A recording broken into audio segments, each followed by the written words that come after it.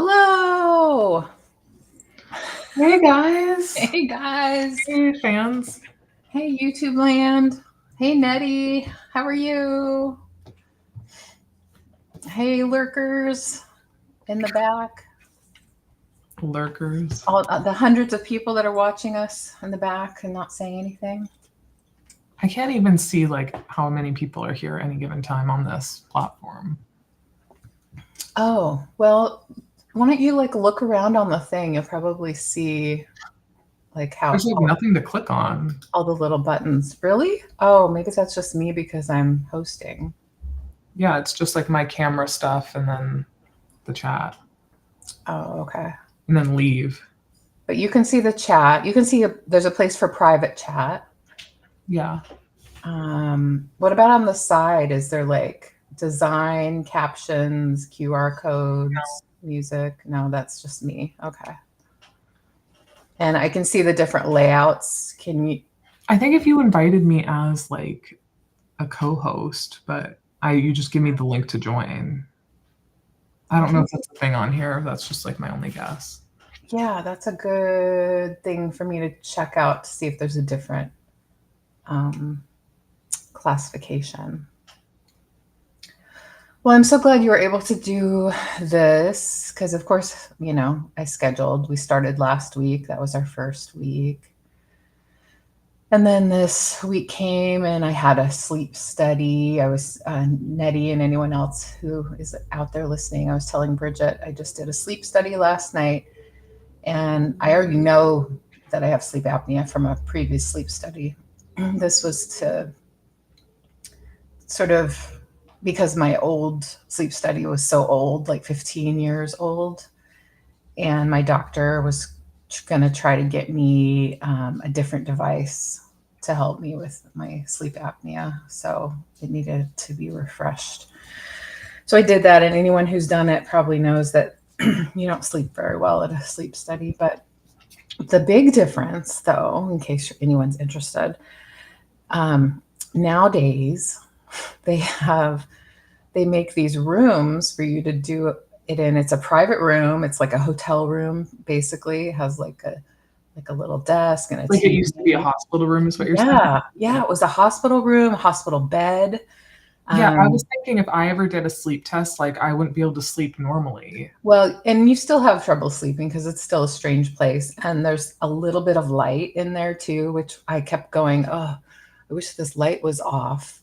But I think they need a little bit of light in there because they actually video you. You are actually being watched the whole time.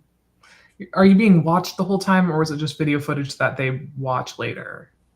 Well, I think some of both. Here's one example. So I was trying to get comfortable, turned over a lot, and I somehow kicked off one of my leg electrodes.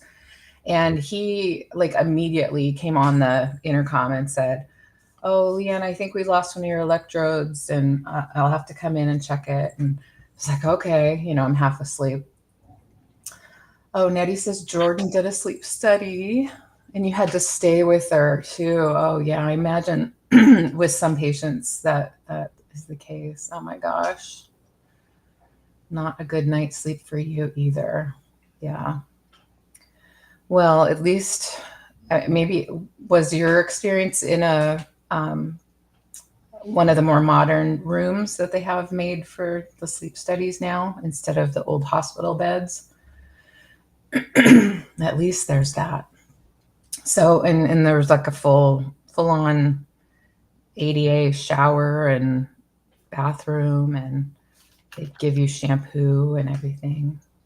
You end up with this goo in your hair that they say, well, just take a hot shower and it'll dissolve it all. Well, the shower didn't even get very hot this morning, so I had to scrub off a few of those places. And anyway, it's over. But I was very sleepy, so I messaged Bridget this morning, and I still wanted to go ahead and meet up, even though cognitively I might not be all there because I'm tired. But I was able to take a quick little nappy with my sleep apnea machine on, and so I was able to sleep a lot better. Still not perfect, of course, and I don't know if I will be perfect ever, but we'll see. You were on a fold-out bed, okay, because she was probably on the regular bed. It was a Sleep Number bed that they had in there, so it was like fully adjustable. Yeah, it takes a long time for the stuff to come out, especially if you're like, because I had a whole bunch behind my ear that I didn't realize was there until I was driving home. It's kind of gross, but it's not actual gross stuff. It just feels ew. So anyway, that's done. Colonoscopy next month.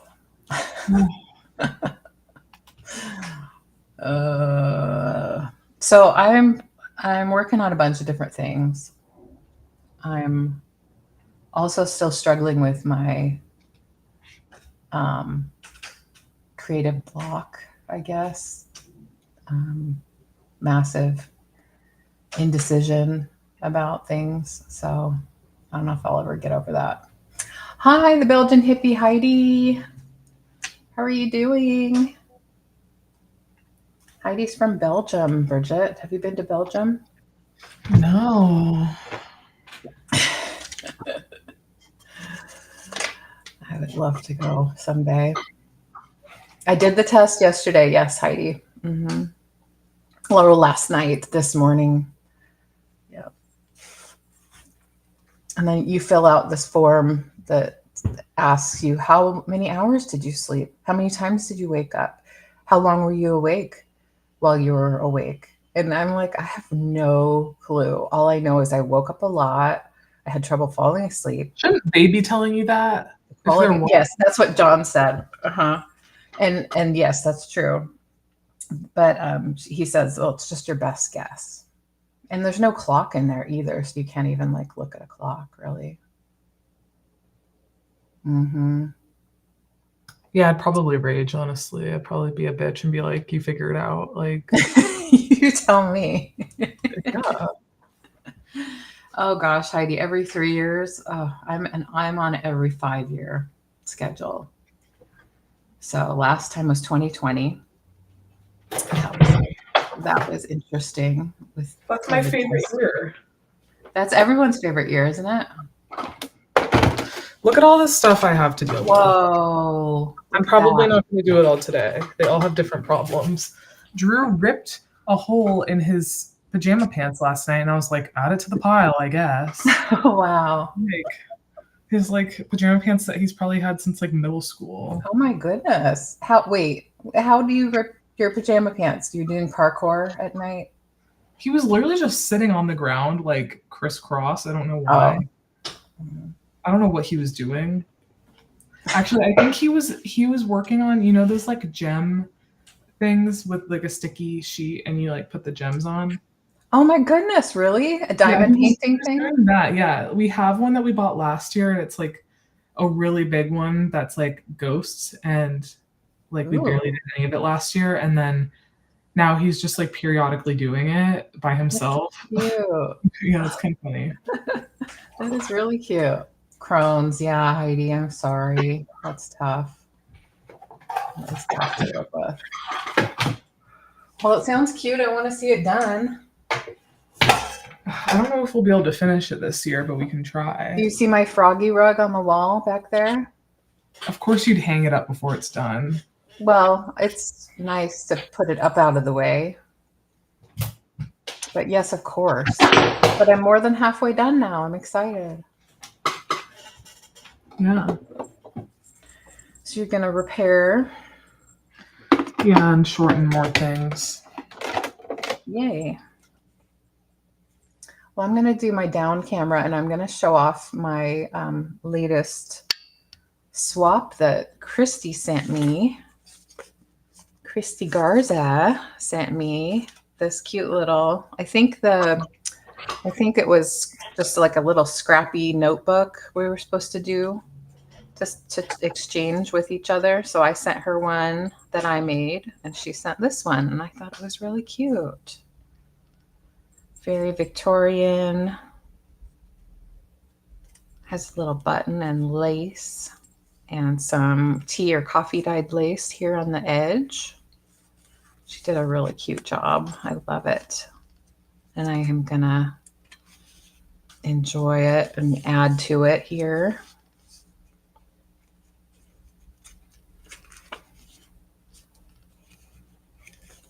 Cute. She sewed it together right here.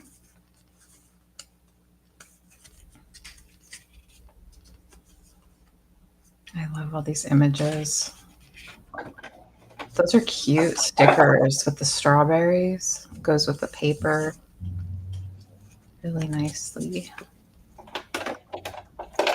Yeah, isn't that cute, Nettie? I love just looking at it, but I do want to use it too. So I'm going to try to figure out what I want to write in here. I think she put an L there for me, for my name. So thank you, Christy. I even love the little stamps she put on there. Love it. Okay, well, what am I going to work on?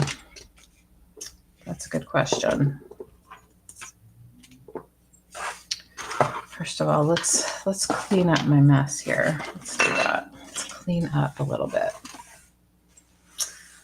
Oh, Nettie says, I'm using the one I got from Amy this month, the start of my 54th year. Oh, good. Are you a journaler? Do you regularly journal? I have tried, and I can never, just like with most things in my life, with exercise and whatnot, it's hard for me to stick with it. But I hear it can be very helpful for a lot of different things. I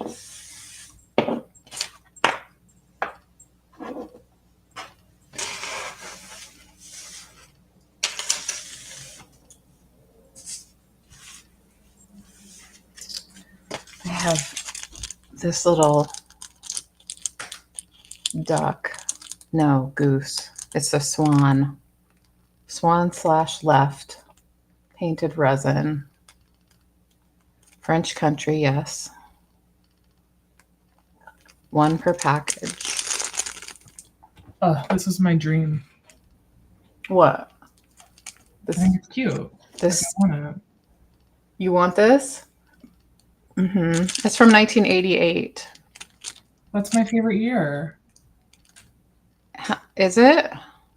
I do seem to enjoy things from that time, but it was kind of a joke.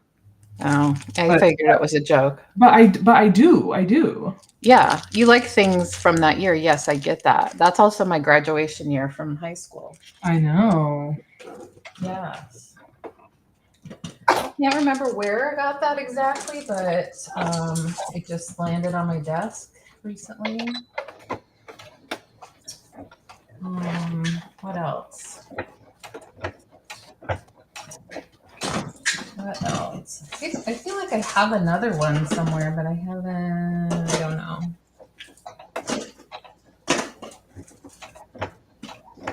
One thing I've noticed in my quest to craft and make things, and my struggle with what to make, how to make it. I tend to, I'm kind of lost in, I've been watching a lot of videos from other creators with tips and tricks kind of in how to get through a creative block.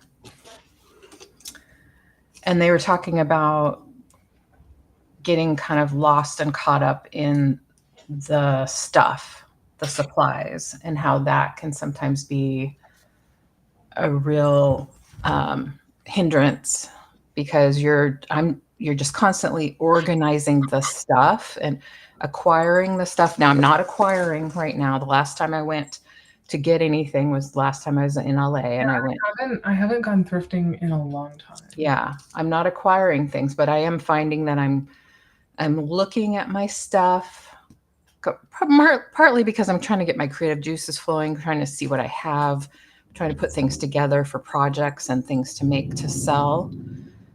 But I end up just messing around with the stuff and really not feeling like I'm not really accomplishing much, and like frustrating myself in the process. Now, I know a lot of it is my own.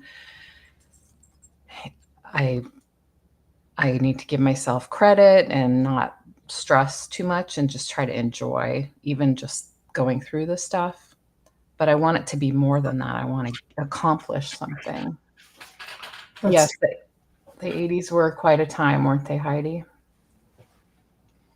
And too much and too many ideas that sometimes it's hard to focus. And probably my, having a little tendency to have ADHD kind of behaviors, I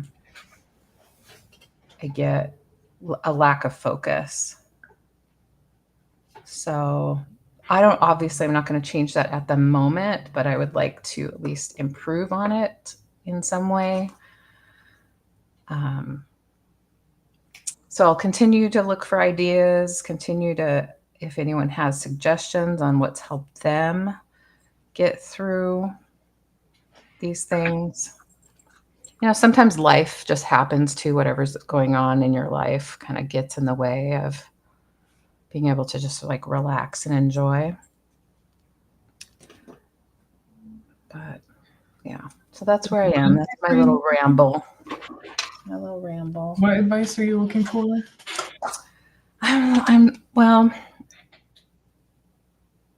Well, I have a couple projects going that I'm kind of stuck on, so I guess I would like. Yeah, are you looking for philosophical advice or creative? Both. Oh, I know. I've been working on this, and I added this yesterday, which I kind of like. The pop of the black in there ties it in nicely.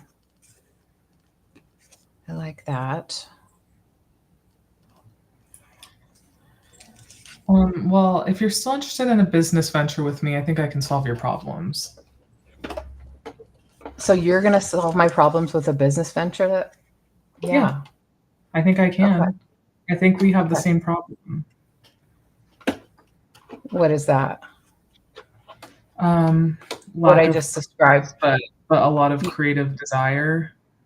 Yeah, creative desire. And having trouble channeling it into something that produces and product. something that makes a positive impact on the world, especially considering the fact that we're able to like sit back and craft, but other people are like. Okay.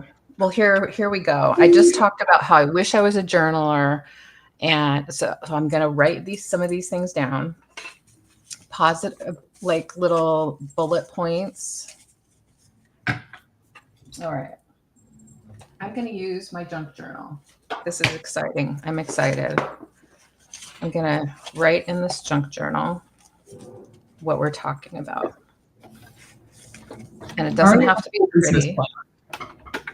Sorry, what was that? I already have a full business plan. Oh my gosh, I'm so excited about that.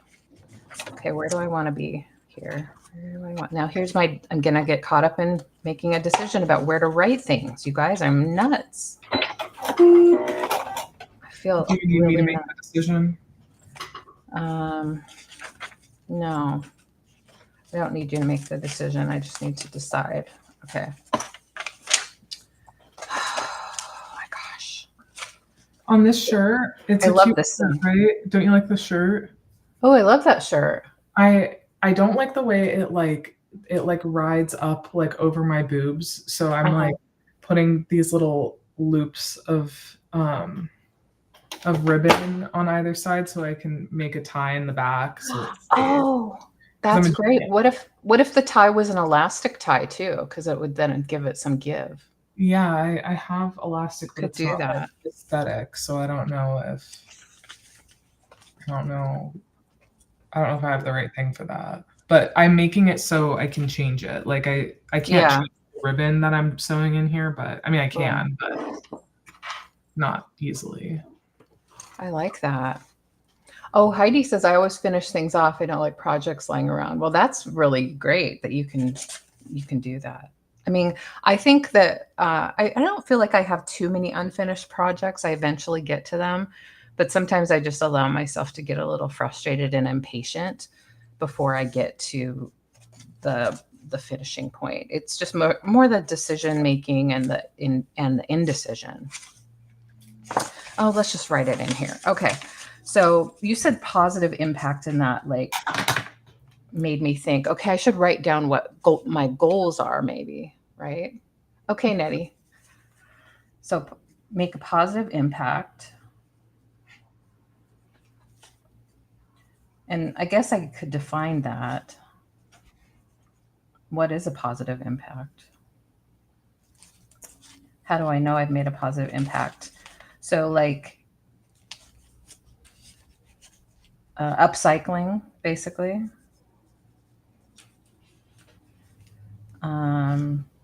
Making beautiful things, beautiful gifts, beautiful gifts that people enjoy.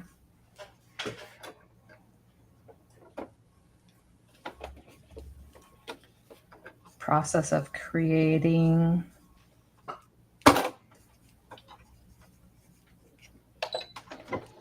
Slash joy.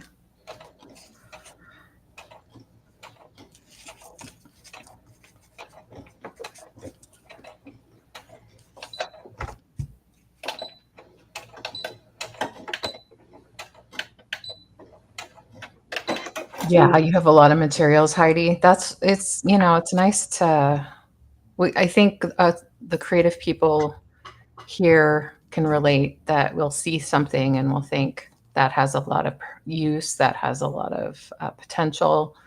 I'm going to save that and use that. Well, I did this perfectly. You wouldn't even like. You can't even believe it. I believe it. You wouldn't even believe it. Well, good. I'm glad you did it perfectly.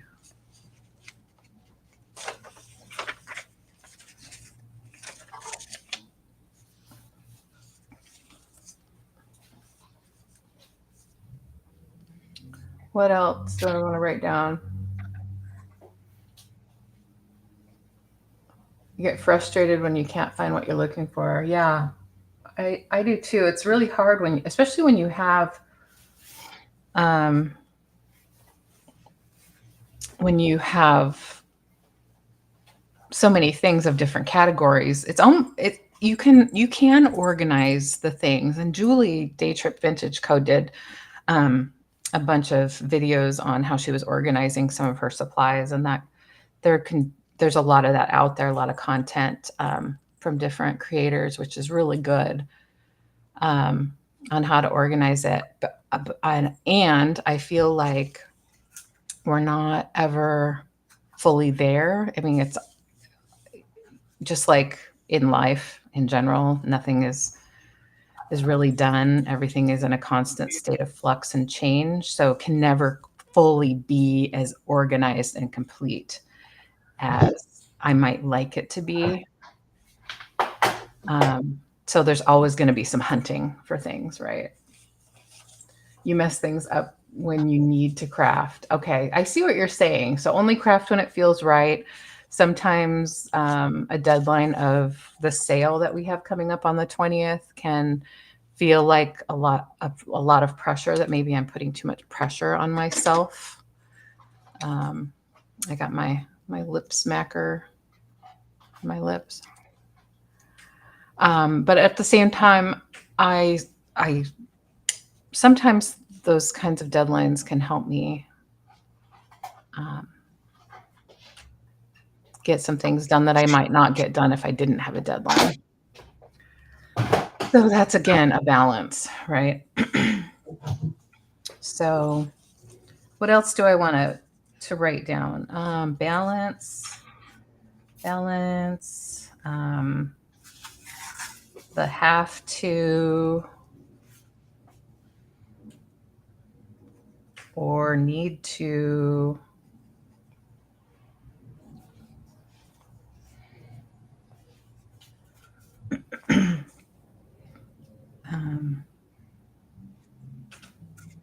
maybe pressure myself a little. Don't pressure myself a little bit more.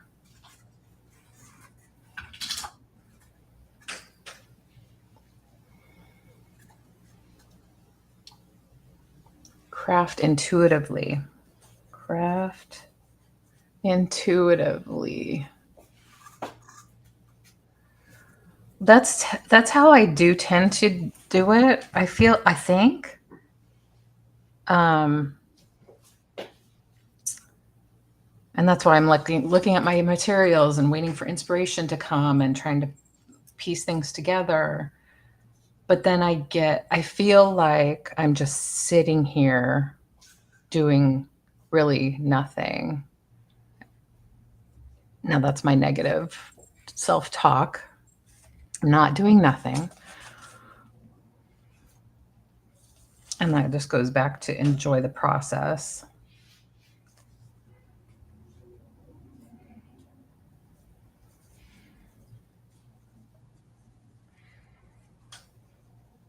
I'm going to write that down in pen here.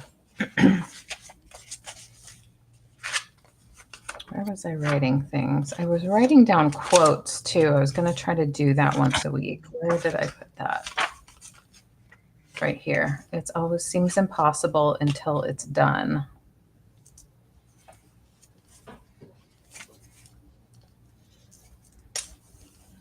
Yeah, sometimes the deadlines take away the fun, don't they? Enjoy the process.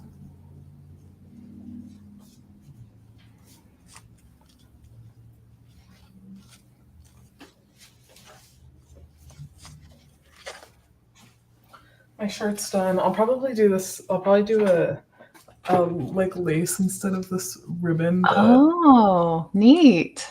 Of the little loops, and I should So probably. that keeps it from riding up. Yeah, it rides up because the straps are elastic. Right. That makes sense. Cute.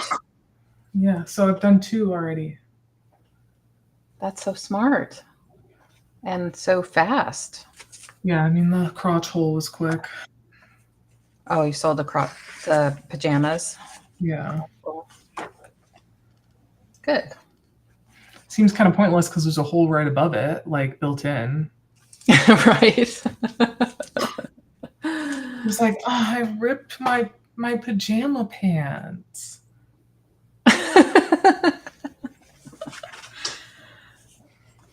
Are you making fun of Drew? Well, all of his stuff keeps like breaking. It seems conveniently for me to do something about it, but Chaos is productive too. It can be, yes.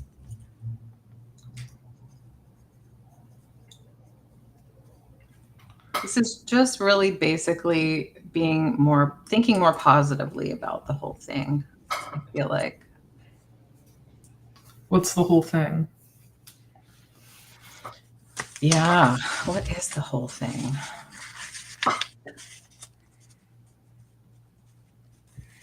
Yeah, riddle me that. We're not going to start with what's the point of life here now, right? No. Oh, riddle me that.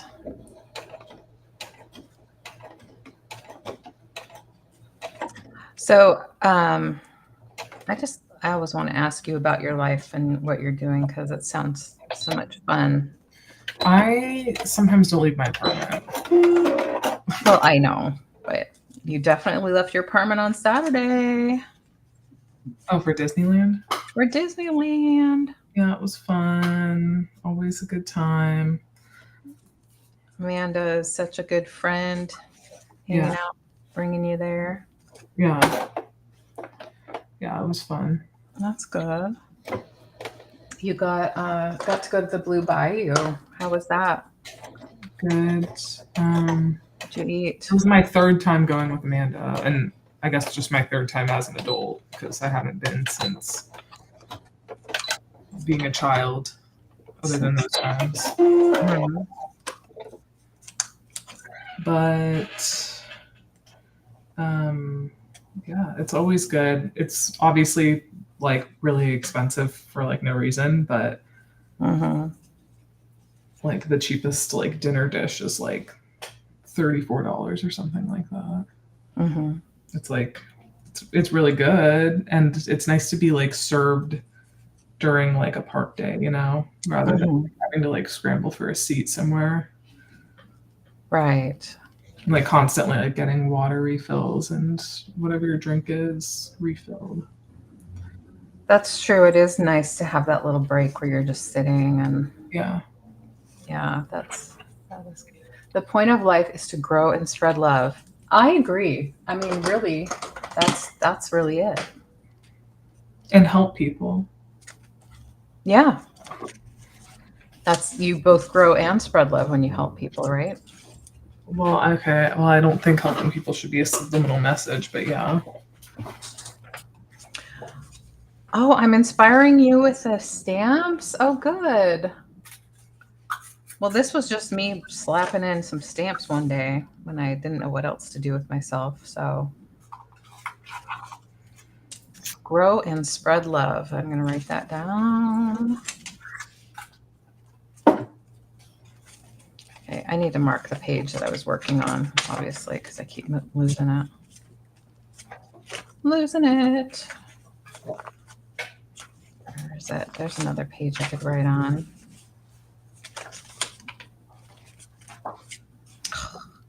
There's a kitty. Here's more stampiness and collage.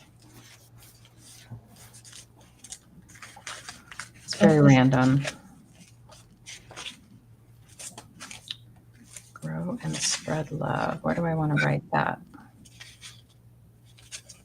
So many little places to write.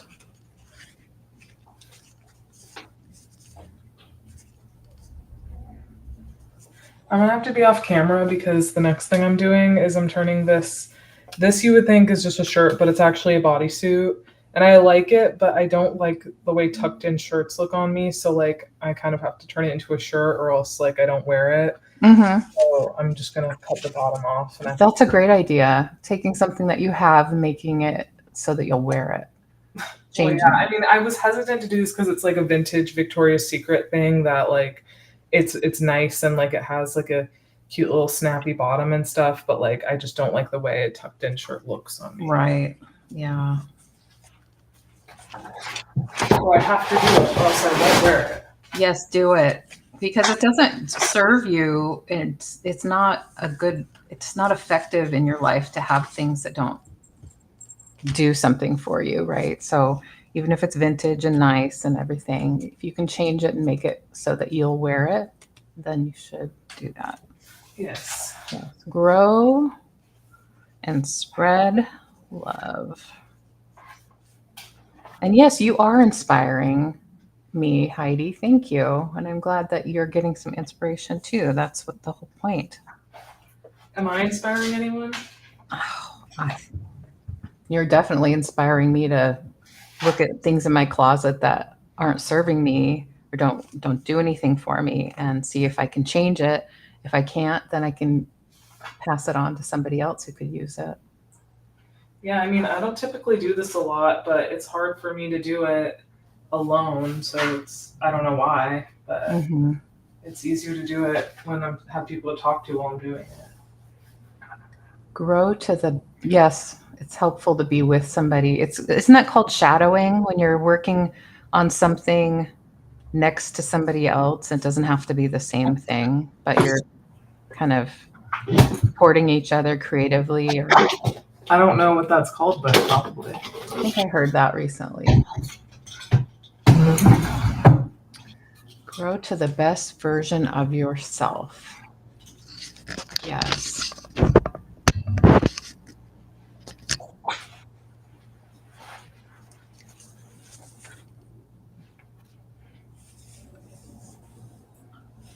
This reminds me of my grandma. Oats and beans and barley grow. How oats and beans and barley grow. It's from like it's like a music piano teaching book from the 30s. I love that.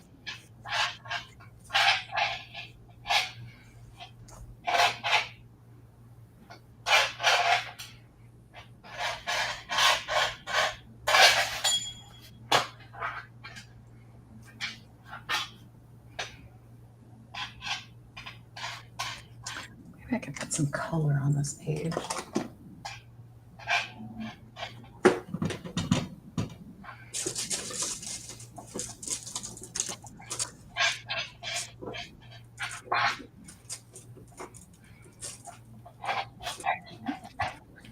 Yes. That's true. I've been low too, like that. It is easy to get that way for some reason, for some of us that just have that tendency.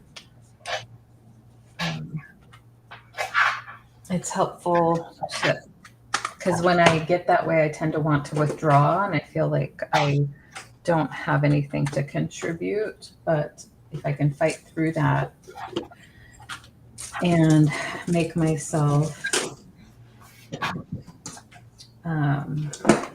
be vulnerable, be around others, put myself out there, then I can get out of it a little quicker.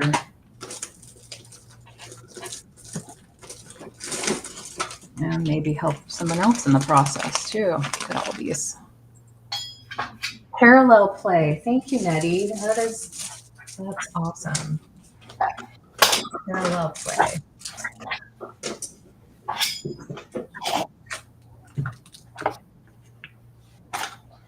All right. Found some stamps. What? I'm gonna try myself. Try to do a lettuce hem that a lot of times it just always looks messy. So. Oh my gosh, I found these bingo cards that I bought in Wisconsin.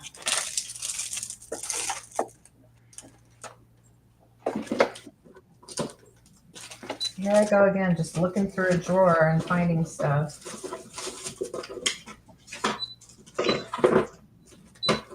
Here I go. Bridget, could you use some of these jelly pens? I bought this pack of 6 and it had 2 of each one, and I just don't even really use them. But so these are brand new.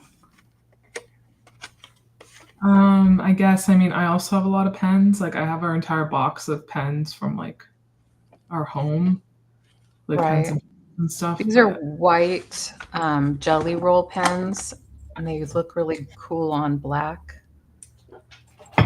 paper.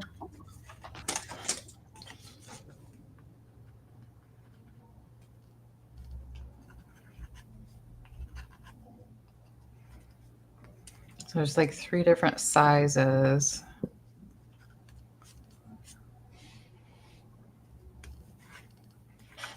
Yeah, back to that point. Yes, Heidi, it's good to remind people how valuable they are, even when they lost self-love and very far. So I can speak on my own feelings. Yeah.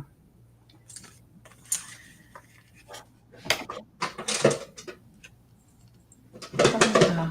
We have this too. Rubber stamp cleaner.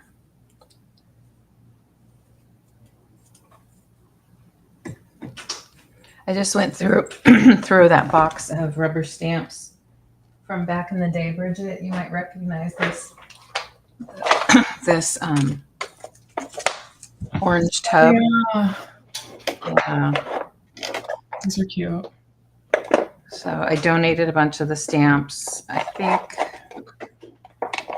I'm gonna donate the little like dinosaurs and stuff because I have more than I need. And these little Hello Kitty ones, probably from McDonald's. I don't know what they're from. Don't get rid of the Hello Kitty ones. Get rid of the Hello Kitty, or you don't? Why? Don't get rid of the Hello Kitty ones. Well, there's one that has no bottom to it. All right. Don't discriminate. I love Hello Kitty. And then this is where you go. Remember when you worked at the Hello Kitty Cafe? I don't remember. I wasn't gonna say that. Yeah, you were. But you did it for me, so I don't have to.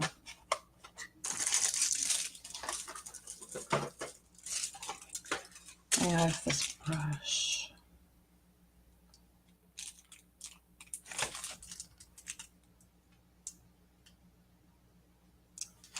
gesso brush. Put this with the paints. I'm going to organize this a little bit. Put that with my paints. This brush can go with my paints also. Okay. Let me clean this up. I was just getting out some colors, and then I started looking at my stamps. That's a cute stamp. Hair mail, like an heir to the throne. Are they expensive there? This one's from 92. Some of these are my mom's from her collection. Santa Claus, Kitty. Can't remember that cat's name. Is it Clyde? It's like one of those Hallmark brand cats. B. Kilvin design made under the license of Rubber Stampede.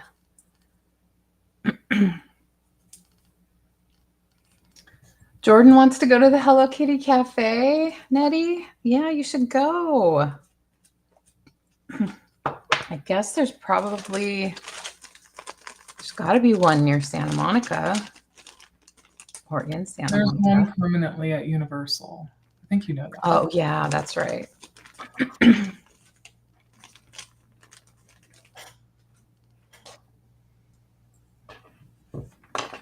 Universal. I love that place. That's so fun.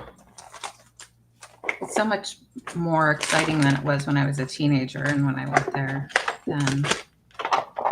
You're Universal's biggest fan. I guess so. It was really fun when we went at Christmas time and saw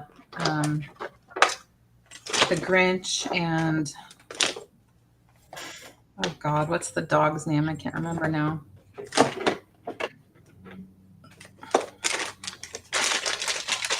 John, are you watching? You know the dog's name.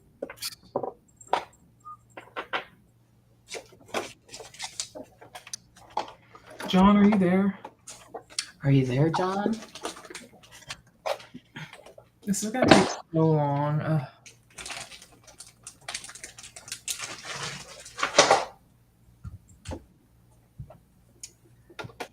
All right, I'm going to put my stamps aside. I'm not going to play with my stamps at the moment. What's the dog? The dog from the Grinch. It's Max, isn't it? Max? Max. It's Max. So I found these awesome bingo cards. I bought these at an antique store when I went to Minneapolis and then over to see Angie in Wisconsin. And I was going to copy them. Of course, my copier is terrible. So that I'd have the image saved so I could print it. My printer is terrible, I should say. But before I craft on these, I'm going to take a copy of the image so I can use it for myself. These would be nice to decorate and make little decor pieces. I really love the elephant. Yes, John, Max. Bridget came up with it too. Max. Elephant's my favorite.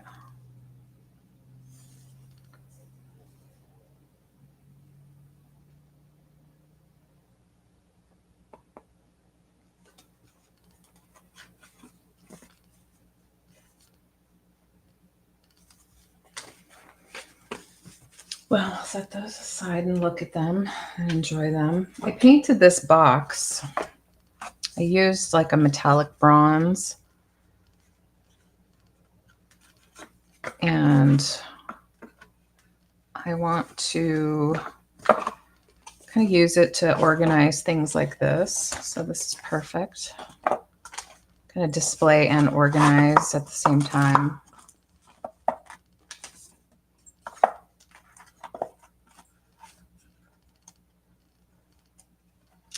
think it's meant to be like a little planter, but I'm going to use it to organize my stuff.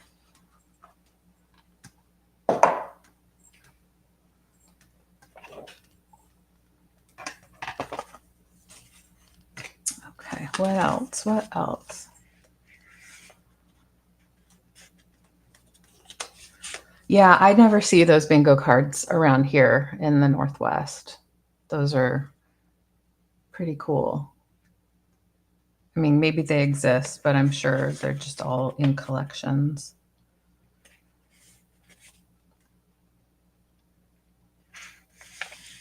Or expensive, too expensive in crafts, antique stores.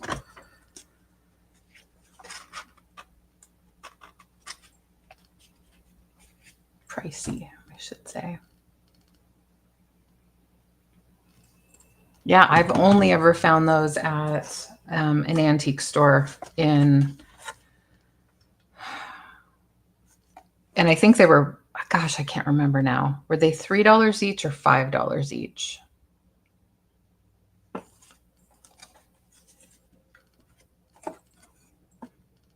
Yeah, they were at an antique store.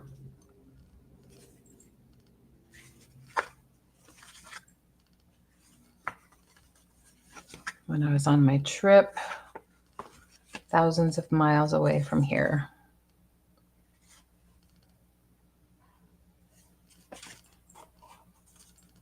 There's no, oh wait, it does say Lucky Elephant, 5 number. Wait, I'm trying to find like a brand or a maker. It says 800 series Lucky Elephant printed in USA. This one says 400 series 4-leaf clover printed in USA. I would say these are probably from the 20s or 30s. 500 series horseshoe. So they had a whole box of these, and I went through and carefully picked a few. Yeah, they are like a, I think we would call this a tag board or mat board. It's a thick, yeah, it's a thick one. So it's not just cardstock. It's much thicker than like a file folder. It's like a board. And this one's called 700 series empty barrel, printed in USA. 4-star series. This one I like. It has like this greyhound dog on it. And I like the lettering across the top. That one's really neat. They're all, you know, very cool. But because they were, I think, $3 or $5 a piece, I didn't want to spend too much money on them. 12 different ways to bingo.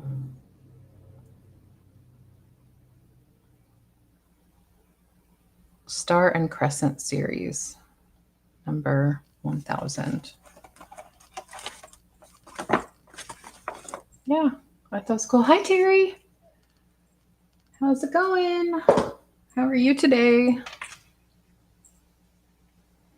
Oh, no, don't be sorry, Heidi. I'm glad that you're chatting with us. Thank you. Don't be sorry at all.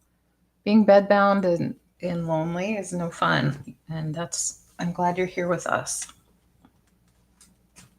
If I miss something you say, I'm sorry. I don't mean to not address anything you say. Hi, Tamara. How's it going?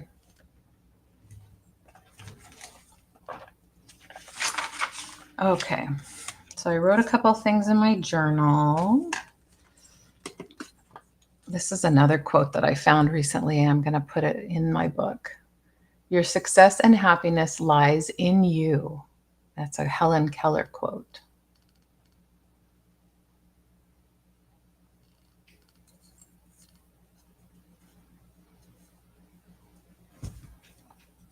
It's lying in me all the time. Actually, I'm not going to put it in my book because I don't want to forget it. I want to keep it out.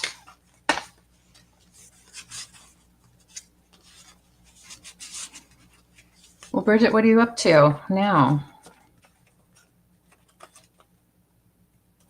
I'm pausing because I have to do a work thing because I know Okay. work, so but I'll be back in a I second. figured that's okay. Yeah. She does have good quotes, huh, tomorrow? Maybe I'll just copy that down in here. The act of writing, I think, solidifies some of these thoughts. This one was open. Why was it open?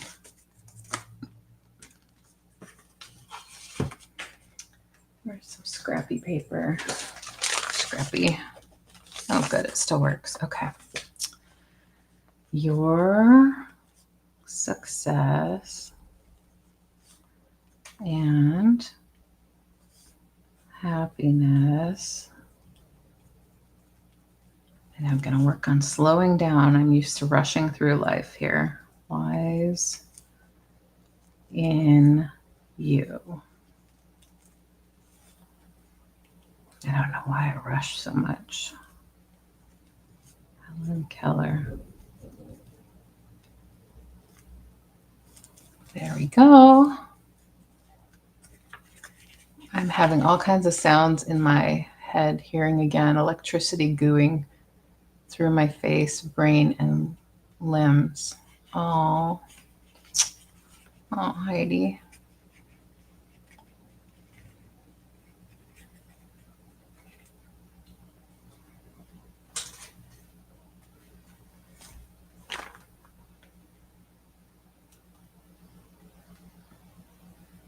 Oh, neurological. Yeah. Oh, I'm so sorry. I just messaged my neurologist because I've been having too much joint discomfort and pain after stopping one of my medications. And so I'm looking to her to help me figure out what to do next. The migraine headaches are managed fairly well with the anti-inflammatory that I take now. But the other widespread pain is kind of getting to me.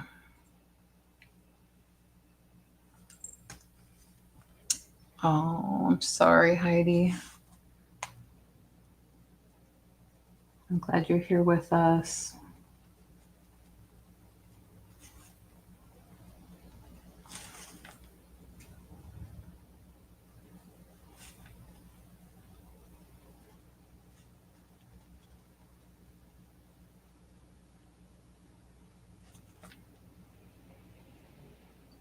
Tomorrow I watched some of your sale with Kathy the other day, the craft sale. Made some beautiful items.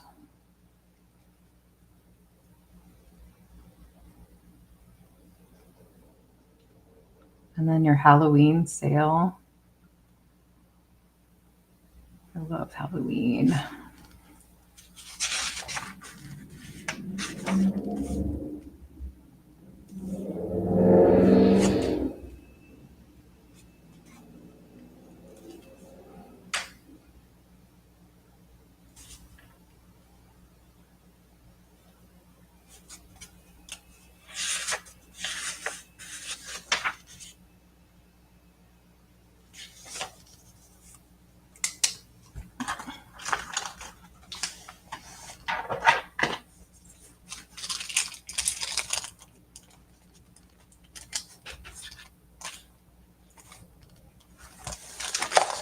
I'm just gonna put this in here for safekeeping.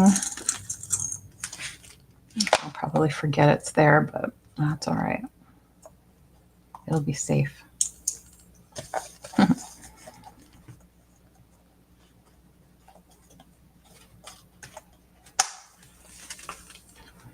Oh, you had a fall. Oh, when you were 18.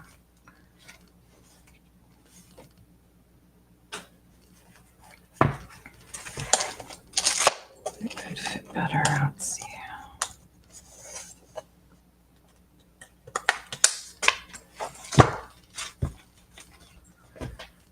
I'm going to put this over here, my little notebook.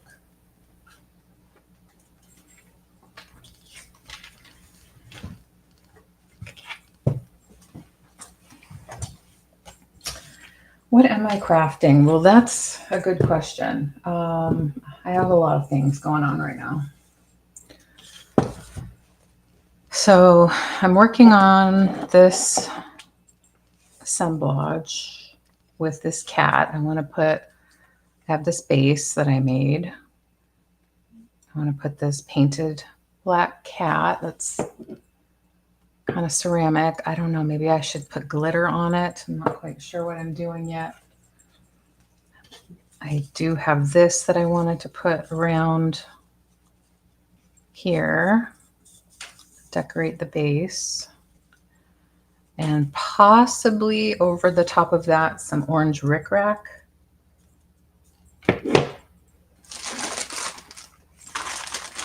Which I may have misplaced. I don't know. Let me put away a few things so I can see what I'm doing. It's always the way. And I have a few, I cleared some things away. I have a bottlebrush tree that is like candy corn,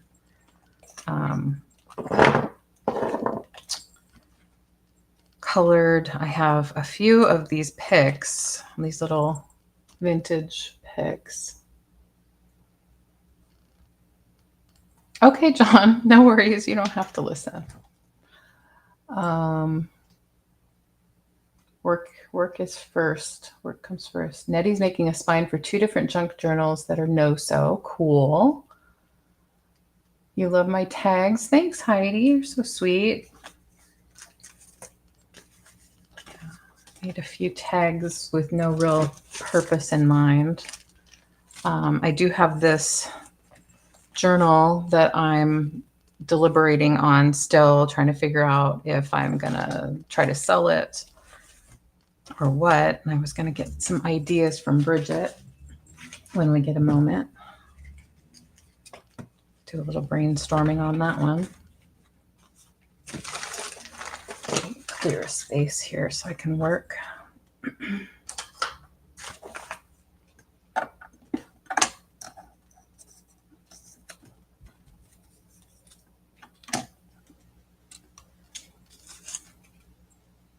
So yeah, I'm doing that. I'm trying to make an assemblage, something that I can sell at the craft sale. But I keep getting stuck. Every time I get it out to work on it, I'm perpetually stuck.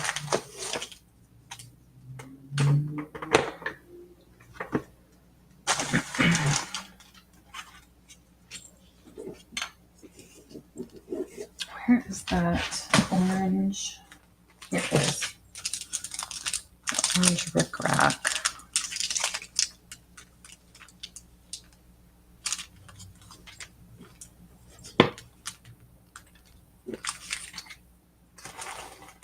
If I do decide to glitter the kitty, I won't be able to go back on it. It'll be glittered forever.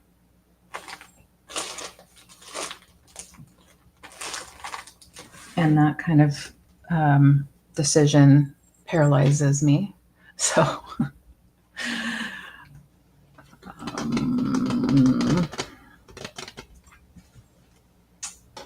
yeah.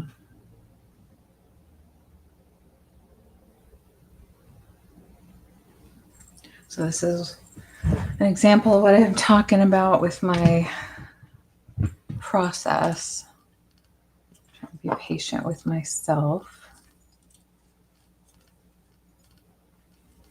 Try to remember all the elements, the contrast, color, texture.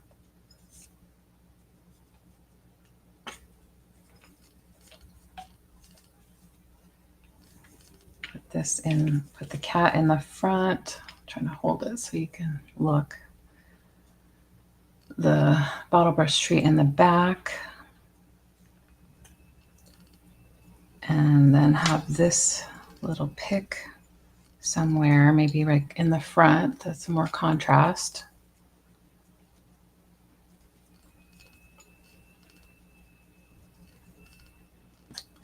And I don't know if I can work this in anywhere, the straw. You like the kitty as is without glitter? I kind of do too.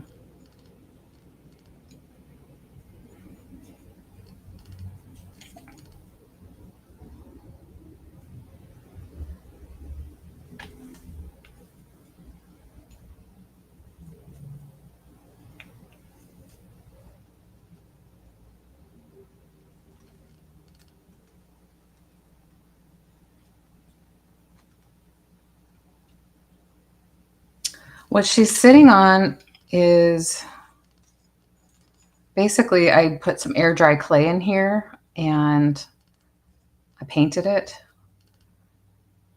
but it's a little too low. So I need to find a way to lift her up. But she's kind of just arching her back. So she sits, you know, like that. And that's the back. Okay, no glitter. Thank you. So yeah, this is just this is a little tuna can that I put some jute on to kind of decorate, and I was going to layer on some ribbon or trim. So I need to raise this up a little bit more. And I guess that means some more air dry clay. And then I'll have to let it dry again before I glue more things on.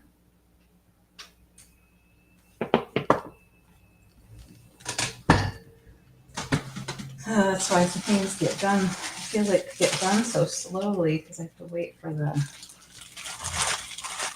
things to dry. Okay, no glitter. You got it. Not even on the eyes. I just painted the eyes last Monday. I'm kind of pleased with how it turned out. What do you need my advice on? When I get to the junk journal, this Sally junk journal, I will want some ideas from you because you're good at that. Okay.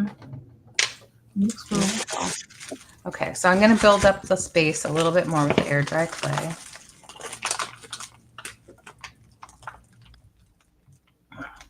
We'll see if it even sticks.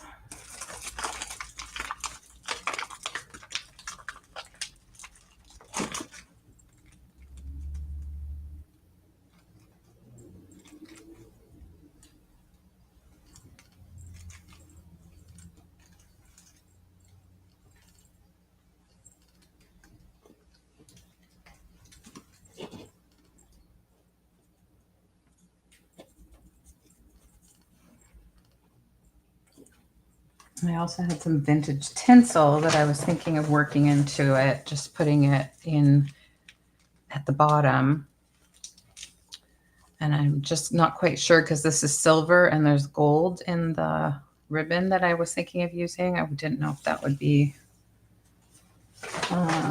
too distracting, or if I could find some with gold in it, I might use that instead. Oh, thank you. Yeah, I did the eyes. It was all black, which obviously didn't let the eyes stand out. So I needed to find a way to get the eyes to stand out. So I painted it.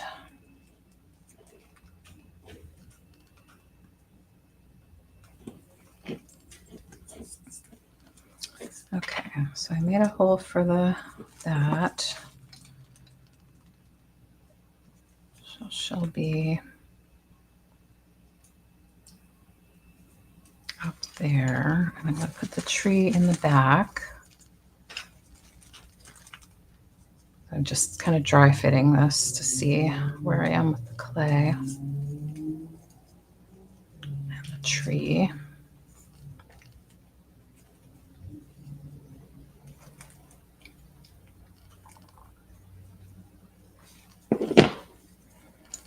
to show you, but also I'm floating her up in the air, so that doesn't really help.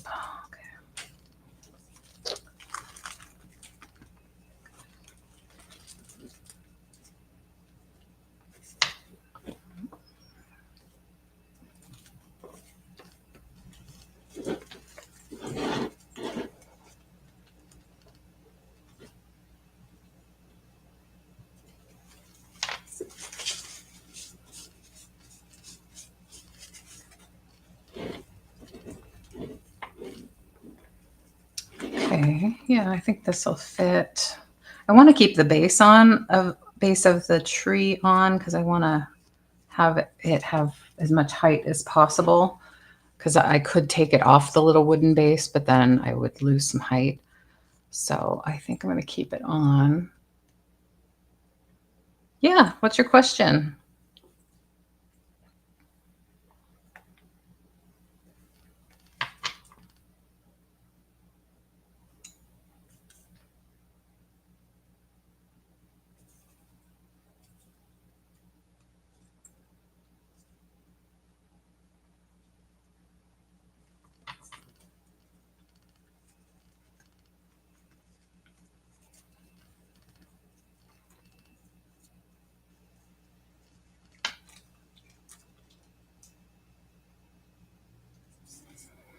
You hear, is it hard to find bat items? Oh, it's hard to find bat items there. Is it the same in the US? You love bats.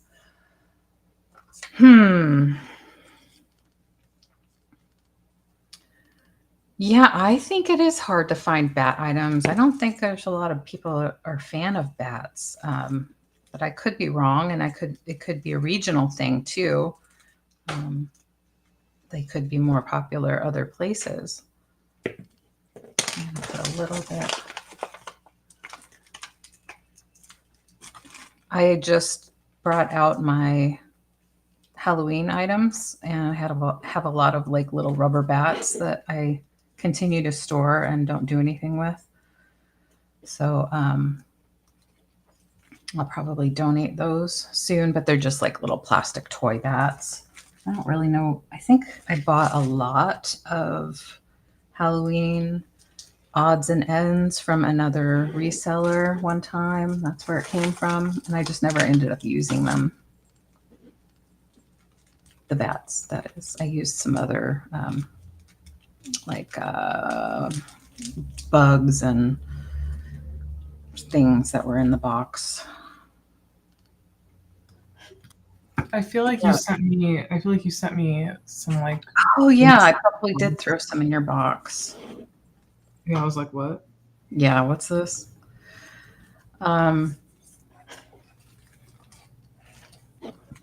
Yeah, bats are pretty cool. You learned about bats in school, in elementary school, Bridget, didn't you?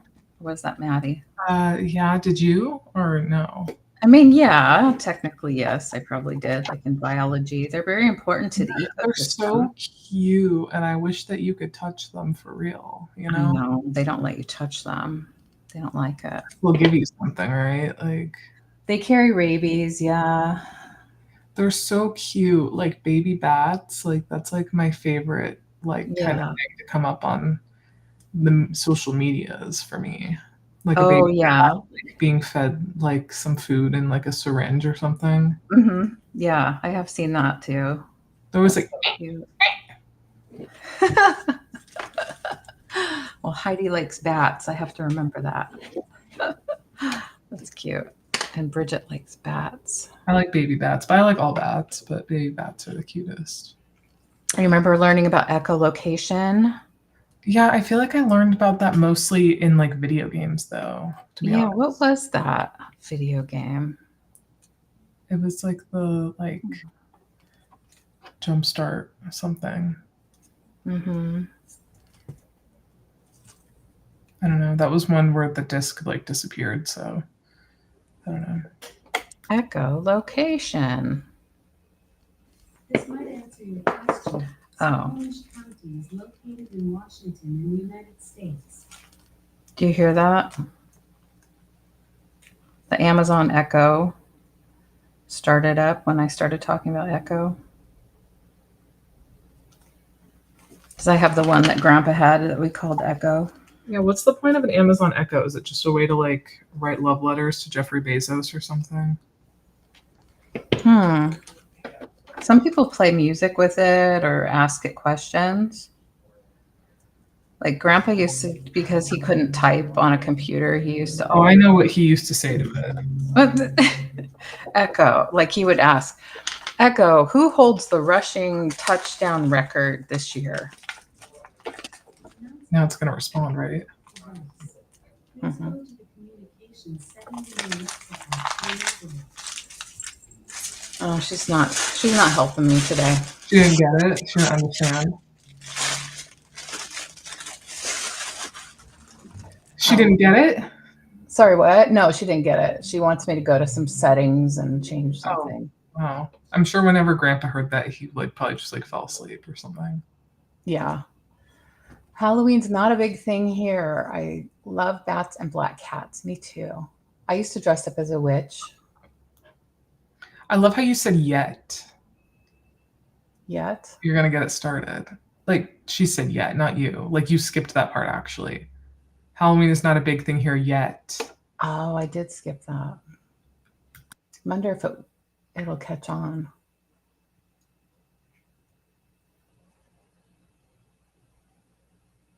She cuddled with a big bat, an African flying dog. Oh my goodness, how fun. That's awesome.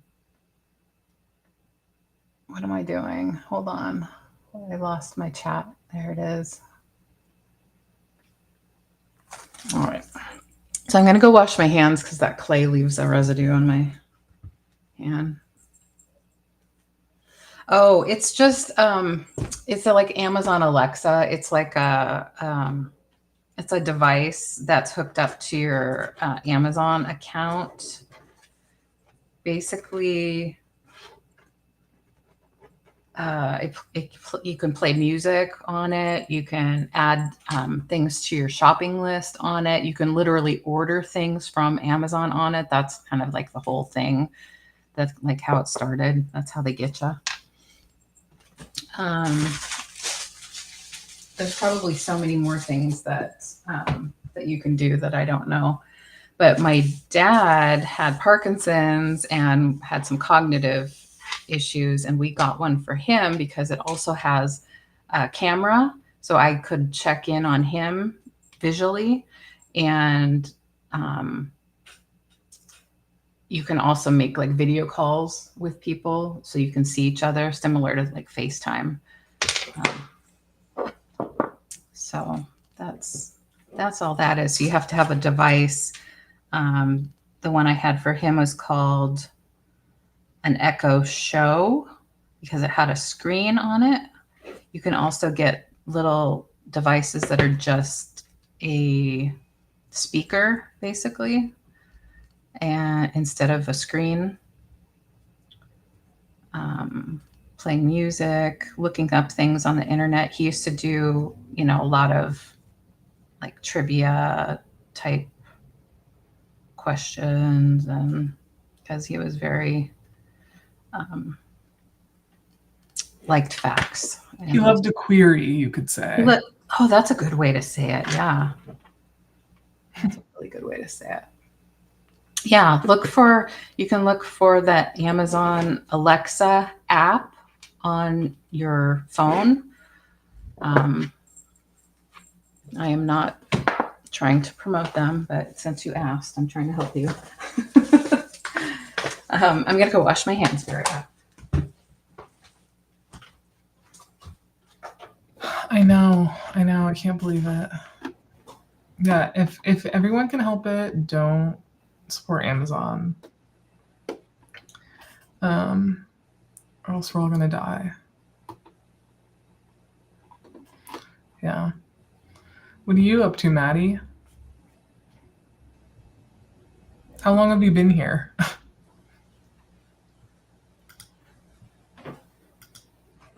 I wondered why I was getting so hot, and I realized I had turned the fan off in here because it was too cold.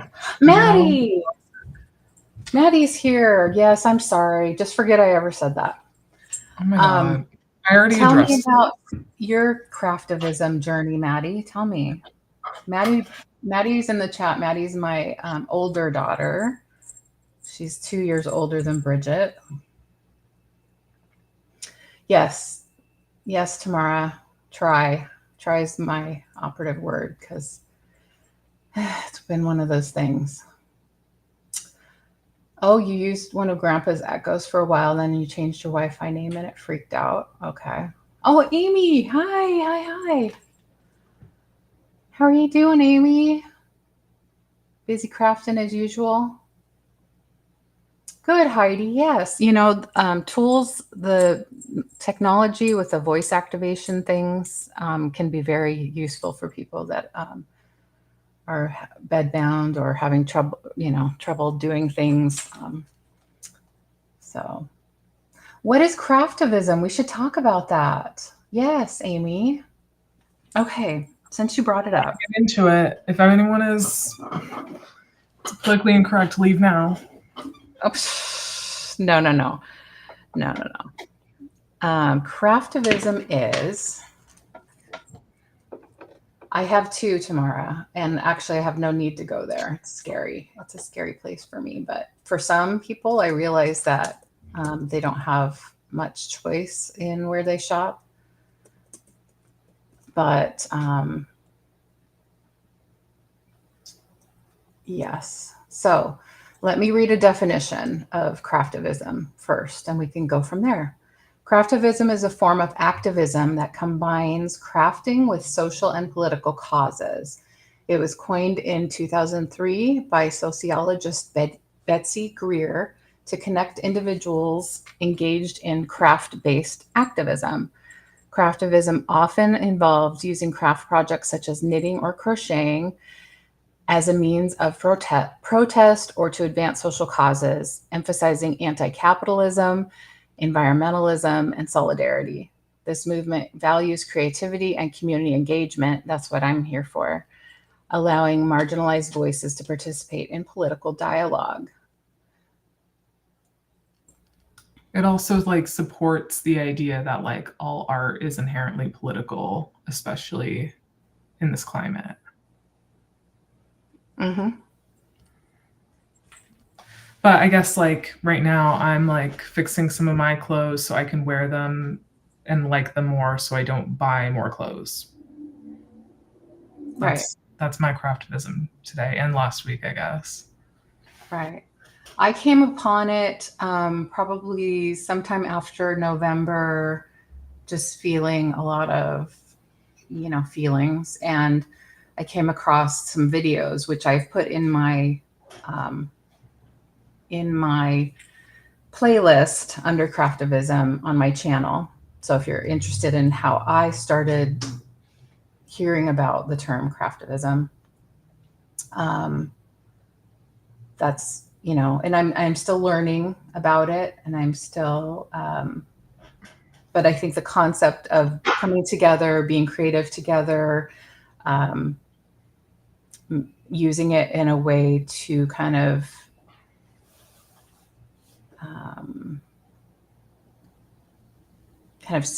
in a way speak out. And the definition I just read talked about protest, but that can be as big or as little as, or as literal as you want it to be. There's some literal examples, like the Women's March with the crocheted hats. That's a very literal example. Or when there was that movement of sewing sweaters for trees and stuff like that. That was a whole environmental like environmental art, I guess. I just didn't know if I was having a stutter. Oh, the word. Yeah, I was having an issue with the word. Yeah. But yeah. So I mean, it's a concept. I started wanting to bring more of that idea to my channel, and however it looks with me and the people that I know in the community, by doing more live crafting on Mondays. And then Bridget and I wanted to do our own thing that was just the two of us. Yeah, people who understand craftivism and can like as in participating. I mean, like you can watch, I guess, if you don't like agree, but like I don't know. I just like think that you can't like avoid this stuff right now, and like it's not like anything has to be like talked about so explicitly and literally, but it just like we have to like keep in mind like that we're able to like sit and like craft, and there's people that are just being like bombed and murdered every single day, and like there's ways that we can tie in what we are able to just sit on our butts and do, and like just like by a little bit, you know, at least acknowledgement. Right. I heard a quote yesterday. Now I'm going to mess it up. Silence is capitulating. Silence is something like silence is just accepting. Like the more you don't talk about something because it's too uncomfortable or there's too many differing opinions, the more you're allowing the hate and allowing the injustice. And just dismissing like anyone who's being just literally affected just because you aren't. Just because you aren't, like, how is anyone going to be helped if only the people who are hurting are helping each other? That doesn't work. That's not possible. So, yeah. I love this. Ladies. It's completely spontaneous. It's completely, you know, in that the words that we say are just coming from us, and we're not here to. Yeah, no one's funding this. I'm just here to survive and thrive, and like Heidi was saying earlier, love and support. Silence is complicity. Yes, that's what I feel like. Thank you. Tamara get each other. I like her. I don't know. Oh yeah, we love Tamara, don't we? Yeah, I can't keep track of all the people. I don't know if we've ever like spoken in a chat or what. Yeah, but Tamara, and she has the most beautiful hair. Oh goodness, I love her hair texture and color. Oh, write that down. Silence is complicity, because I could not remember that word. I just noticed your shirt. Oh, you love it? Yeah, I mean, here's another example, I guess, right? Did you cut it or is it like that? I got it like this, and it fits really well. Black bra helps. No, I like it. I like it too. Thank you. So true, Heidi. So true. So, speak your truth. Well, a lot of things, yeah, we're just that it's power and money. So we have to do what we can. The power of the people, you know, is in a way more valuable. I mean, it is because the government won't get us anywhere, but like, you know. Yeah. Something we can do right now.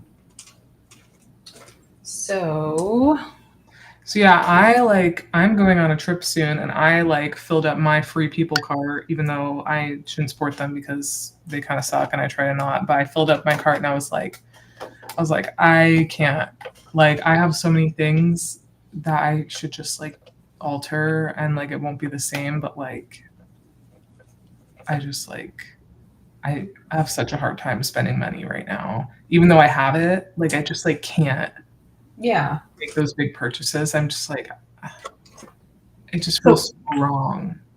Yeah. So what you're saying is you were online shopping, but you didn't buy it because you just decided you had so much stuff that you could work with. I checked on my car. I needed a raincoat because mine's toast and it isn't water resistant anymore. But just things where I'm I have something that's 25% what this is, and it's fine. Whatever. Mm-hmm. But anyways. You're going to read this out loud? Sure, I'll read it. There's a discussion online right now about knitting, how knitting is engineering and physicists don't understand how knitting works. That reminds me of Craftivism for some reason. You're going to need to elaborate on that sometime. Yeah, you definitely should. I don't know if you need to here, but you could if you want, or if there's a link that you want to share. Oh, that makes a lot of sense, Tamara. Yep. She was a social worker. Uh-huh.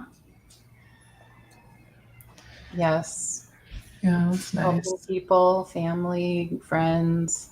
Makes me wish I had a house because I feel like I could help more people with like the space that I own, but uh, Well, it's about finding what you can do, I guess. yeah, I know, but yeah. You went out and helped after the fires. In the Yeah, not for community. that long, but like it was like really chaotic and overwhelming. Like just like there was not enough of like anything that we needed to make like kits and stuff. So it was just kind of like it was only effective if you were planning on staying there for like a long time because it was like you had to like ask people what to do if XYZ and then like, well, I'm leaving in an hour and people are showing up, so now I'm gonna have to tell them that. And it's just like Right. like filtering through is like not really like I feel like I didn't help, but I did, but like I feel like I didn't. Yeah, I get that. Um, my recent example is I've been now twice helping with a dog rescue, a local dog rescue. And when I went there on Monday night, when the van arrived with 55 dogs that came from the Midwest from breeding, um, they call puppy land, they call it over there, where they have all these. Anyway, I helped. I helped unload the van. I got to hold a couple puppies and um, dogs, mama dogs, What and kind of puppies were it just there? got overwhelming to me, so I had to leave after a while too. What kind of puppies? Okay, so there were a lot of like Shih Tzus. There were a lot Some, like of stuff that needs to be bred, kind of. yeah. Well, apparently they're still very popular because there were a lot of and mixes like Were they that and like poos. were they like shut down or something? Is that what happened? Like the breeder was like caught for something, or why did they all come from there? Why are you Um, I'm sorry, I was reading what Maddie said. Like she said, "Whoa, dogs came from the Midwest, just like your bingo cards." Um, well, so I think maybe just over there, they're, they just have more people breeding dogs. stop looking at And the chat while you're trying to okay, explain that? okay, okay. Um, they have, well, it's not to say they don't have breeders here, but this I know. particular Why were they brought person, over? this person that runs this rescue focuses on little dogs, like, the small breeds. I think because there are people here that want to adopt them, and there's obviously a supply and oversupply over there. These are dogs and puppies that either they're mamas that have been overbred and they're done, otherwise they'd be euthanized if they didn't get adopted, or they just have too many puppies, so they take them to these. Now I'm still a novice in learning about this, but they have these auctions where the breeders will bring all these extra pets, kind of like the livestock auctions that people go to, where they buy a cow or whatever for whatever purpose. But they'll sell the dogs there. So this particular owner of this rescue here in Seattle, she has contacts with people over there, and so she'll either go to the auction or she'll go directly to the breeders once she starts knowing these breeders, and she'll rescue them. And I don't know if she's getting them for free or if she's paying. I think she does end up paying, and of course the rescue pays for the vetting. They completely get vetted before they even come back on the van. There's some people that will criticize and say that she's supporting the breeding industry by helping take the excess, but those dogs are just going to be destroyed if they're not, if they don't have a home. So there's I guess, a need or desire by people to have those pets here. So she brings them where they can, and that happens with other like shelters too. Shelters will end up bringing, if a shelter in Texas, I've heard that happens a lot in Texas, has too many, they'll bring them up here to adopt them. So, okay, let me read what Heidi said. She adopted a dog last Thursday. Oh, I'm glad you found a good one. She came from a puppy mill. Dolly. Oh, she was chained for 6 years in Romania. Oh, I'm so sorry to hear that. It's terrible. I'm so glad you gave her a home. Yeah. So I was expecting to see some pretty awful stuff, but I luckily didn't see. She'll. There was one puppy that I guess was very lethargic and needed fluids on the way over, on the drive over, and she goes straight over. She has a second driver. She goes straight over and doesn't stop, and then comes back. So. Yeah. Anyway, I got off on a tangent, but that's what I had to leave early because they had more than enough hands. They had so many volunteers there helping so many. Oh, Bo is a Pomeranian. Oh, yeah. No fur on his bottom leg. I'm so glad you could give him a home.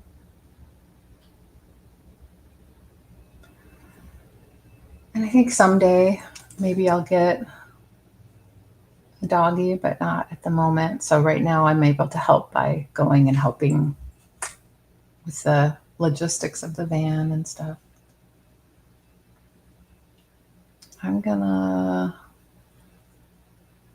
Can't click on that link yet.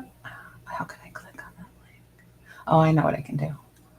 Sorry, I'm trying to make sure I see that article and find it later. View my channel.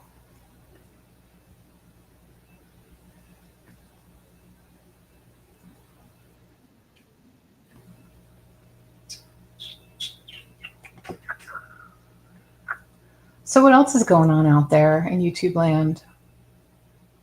I'm going to look at my junk journal here in a sec and see if Bridget has any fun ideas for me. Oh, don't worry about it, Heidi. We'll decipher. To get that article that Maddie sent. There it is. Okay. Physics don't understand why knitting works. I'll watch that later. I've queued it up on my computer. Now I'll watch it later.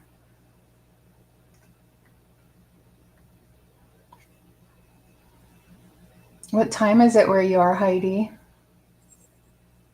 Well, tomorrow I was just looking for some way to help, in the community. And I do love animals. So, in fact, I would love to have my own rescue, but I don't think I have the energy left or the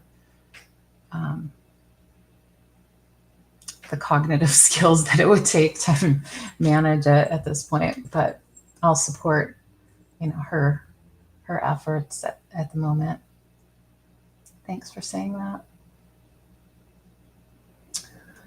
So what other things besides getting your clothes together, Bridget, are you doing for preparing for your trip?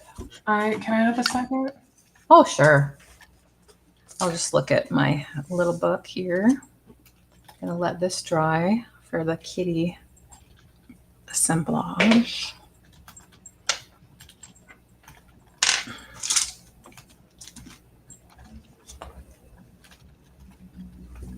Oh, Heidi's been knitting since she was 4.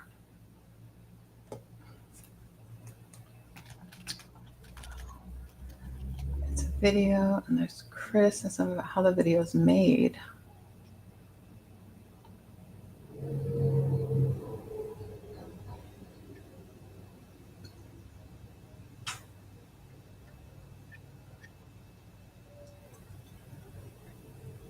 10:30 p.m. where Heidi is. So it's Wednesday night.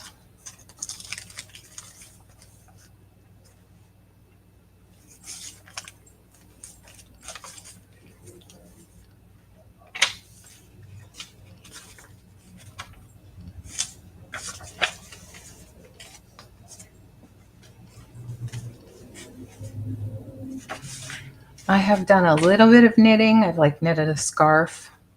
I've crocheted things like hats and scarves. I've done more crochet than I've done knitting.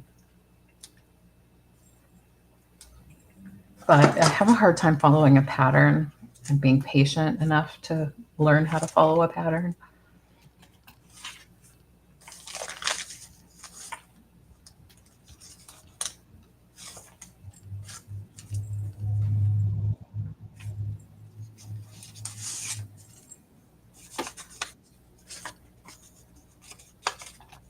Oh, you want me to show how to make a spine?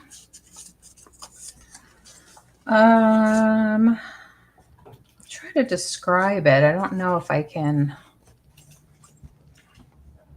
I have made videos on my channel. How can I show you? Let's see.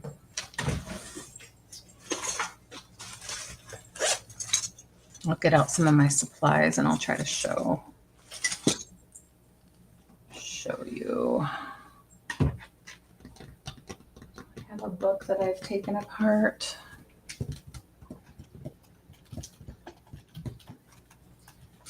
Here, I have this book that I've taken apart. So what I did, if I'm doing a little golden book,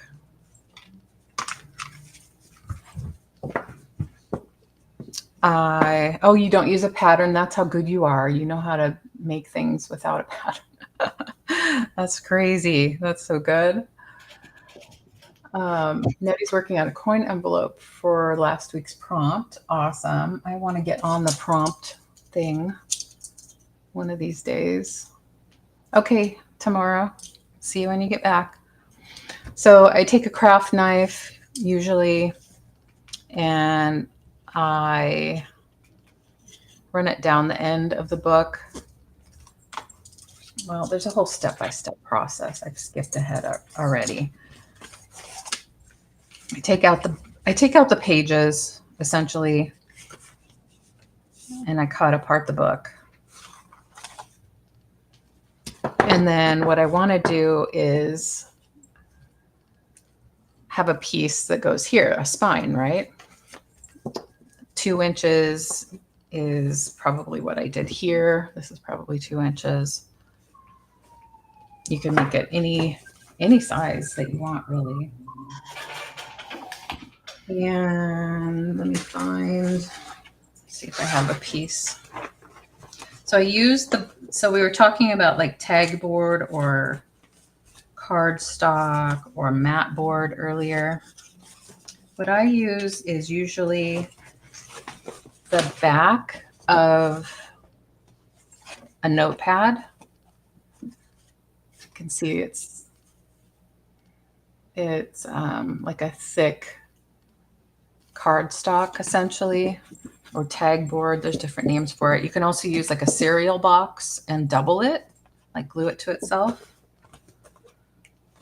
So obviously get the size that you need and the width that you want. This is too short, but let's pretend that this is the spine that I'm going to use. So I lay it out like this.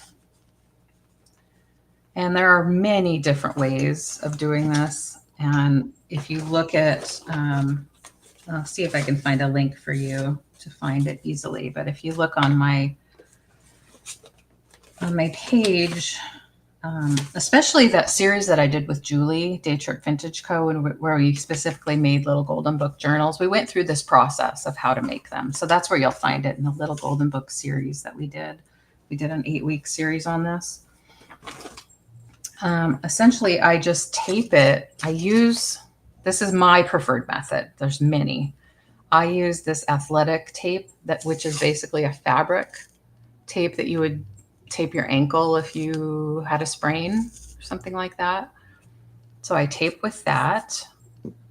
I also use Fabric Fix, which is a solvent-based adhesive, meaning that it does have vapors and it is flammable. And I use that to help me stick down the tape because the tape isn't super strong. So I put that on one side, either the front or back. I don't really think it matters. And then I also use what's called Tyvek. This again is explained in the videos that we did, the video series. Yeah, look for the series that I did with Julie, Day Trip Vintage Co. and it'll really explain it. So these are like, this material is like waterproof. It's kind of like a woven, there's probably some synthetic fibers in here, but it's super strong for its thinness. So I use that, put a strip of that, and that really helps reinforce your spine where it's going to be constantly bending, right? Because it's going to be constantly bending. So that's the basis of my spine. And then I cover it with fabric. Now on this one, I did also use some batting, some quilting batting underneath the fabric. And then I just tape, or not tape, I glued it, wrapped this part of the book from here back. So it covers these areas. And finish it off either on the inside with paper, more fabric. I cover my seams with ribbon or trim or lace or rickrack.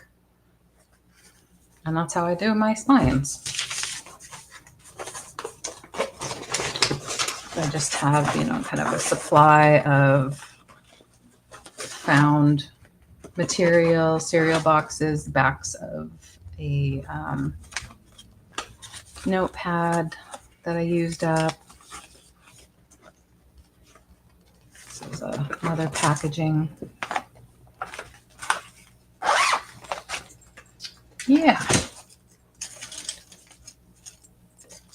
And then there's a certain way that we put in the signatures. So we go through that in the series too. It's basically about how to deconstruct and then construct the little golden book journals that we like to make.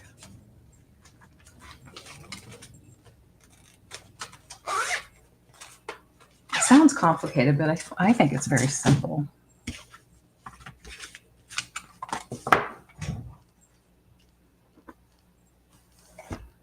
Well, I understand you're wanting to get it right, but it's a lot of trial and error too. Not everyone turns out perfectly. Like this one that I did, this was one of the earlier ones that I made, and I forget what I did here, but it kind of made it a little loose. It's a little loose for me. Whereas this one has a little bit more rigidity. So, and there are some people that like to curve their spine to make it like that. So there are ways to do that as well. It's just about shaping it. I've also done what I would like to share is this one has quilt batting in it, but I have also done, I think I did one for Bridget where I put bubble wrap or a bubble envelope that I recycled inside. So it kind of has a crunchy texture and it's padded. You're welcome, Heidi. There's fun variations of all of that. All right, so my dilemma is with this. This is Sally. She is a potion maker. Here's the pages of the book. And Bridget's idea when I first got this book was to make this journal a junk journal that was focused on like recipes that you could put recipe cards in.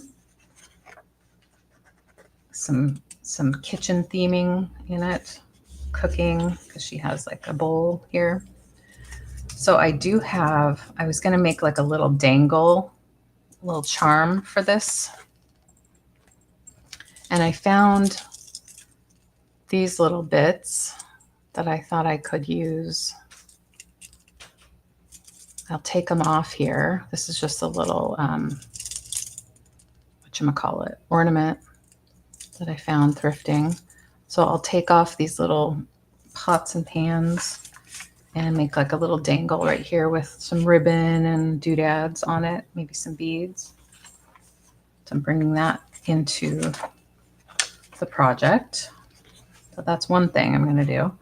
And I really love this part, really spoke to me, this fog juice. Oh yeah, the USA Little Golden Books. Yes. You don't find anything similar? Oh. Well, they're just like kid books with a cover, and basically any book with a rigid cover you can make into a book with that same method of deconstruction and building a spine. Poison making, yes. She likes to make, she made the poison to escape from that scientist guy that was holding her captive. So she wanted to go out and explore this guy. What's his name? Dr. Finkelstein.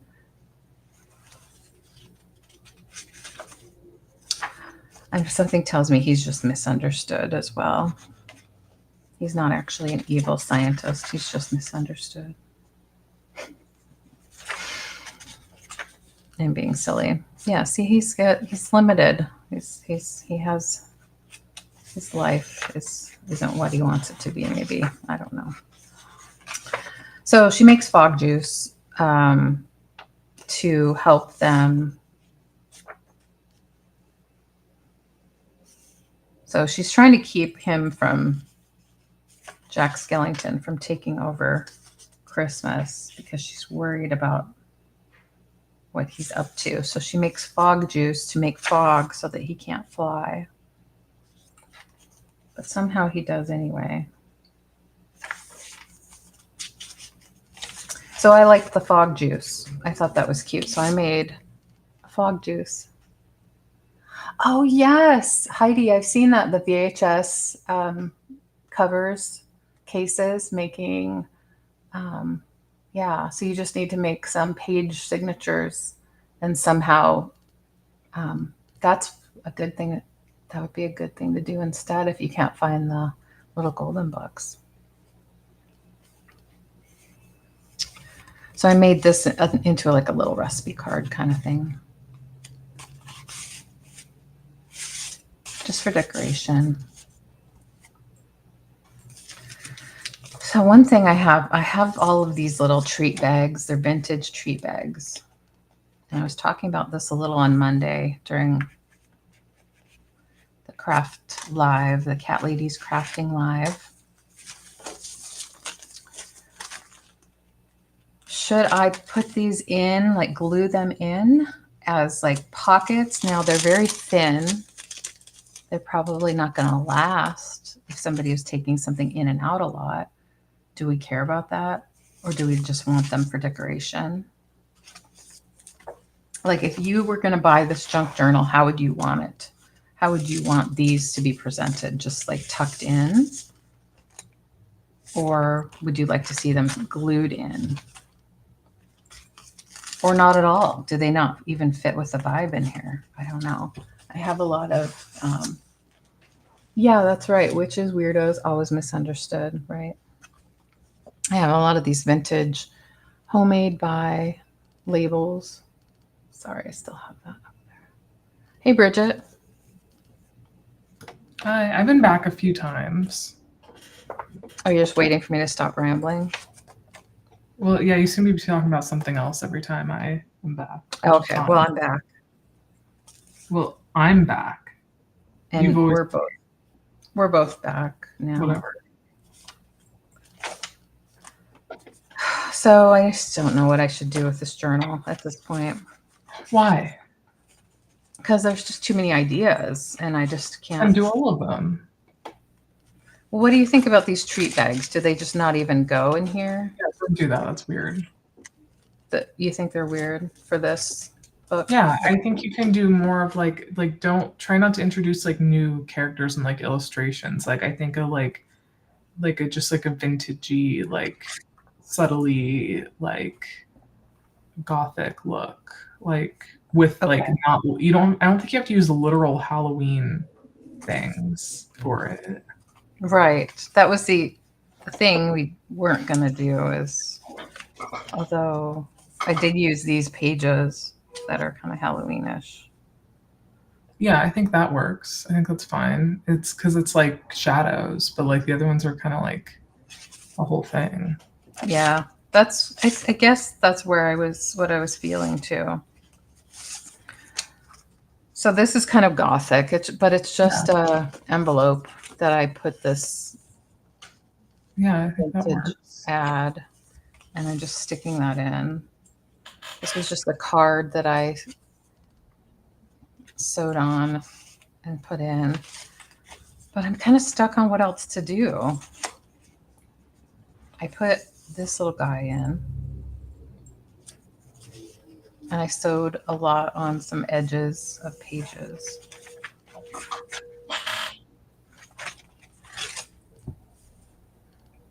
I feel like what you did for my first junk journal would work here. That page is good. Is that like a bottle? Yeah, that's the bottle I made of fog juice. Yeah, like you made that? Yeah. Make more of those. Well, like of other bottles. It inspired me. You could also make like giant dice. You could make like a cauldron. Like okay. So original, like a full like neon green page that looks like a potion. Like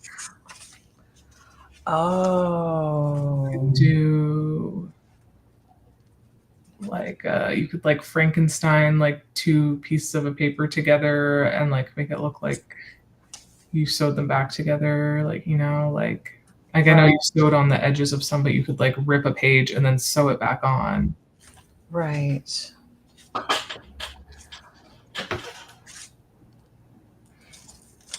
I think you just need to like not think too hard like you're thinking of original things, like just like look more at like the movie and all of that and like just take little things like colors and textures and it doesn't have to be like a whole thing, Yeah, that helps. Like you can do patchwork with pieces of paper. I need a way to focus. Maybe like a swirly page. I was thinking about spider web with that, like drawing a spider web on somewhere with the white gel pen. But yeah, and also like if this is something that you're selling or giving to someone, like don't feel like you have to like put full like art on every single page, but like if there's a page that like doesn't have anything and you don't want to put anything like physical on it, then yeah. But like what you did with the potion bottle is like perfect. Yeah, I really like that. That was really fun to me. I want to do more of that. Yes, Heidi, she does have great ideas. Put in whatever fits until you run out of space. Then start another one with the leftover parts. Oh, you like what I did with the lace? Thank you. Thank you, Heidi.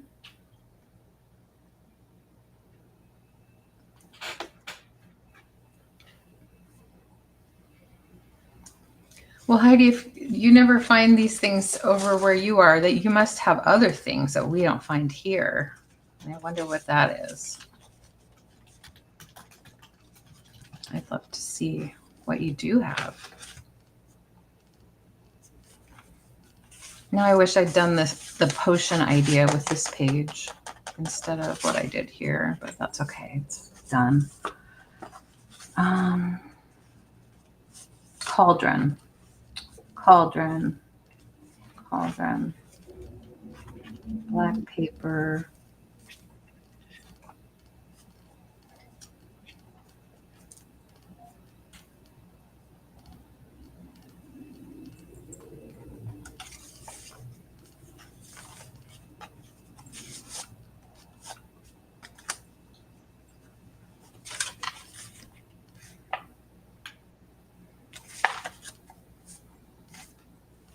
Tamara's back.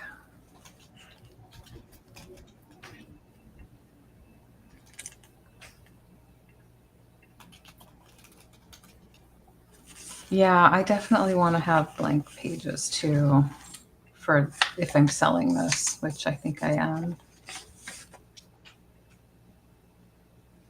But see, last year or last sale, I had a bunch of naked journals that didn't sell. And so I thought, well, maybe they're not decorated enough.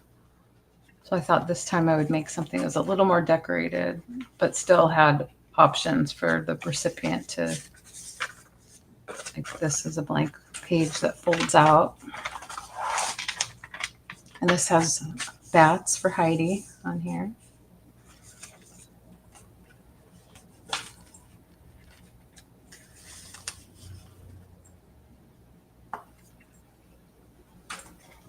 You love the page you did with the vertical stripe down the middle and the pocket with the witch on it.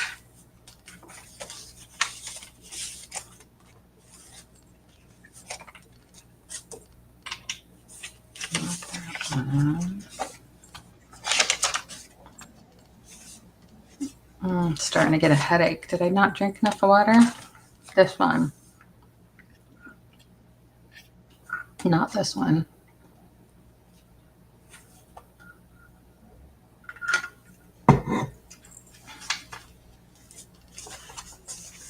This, maybe?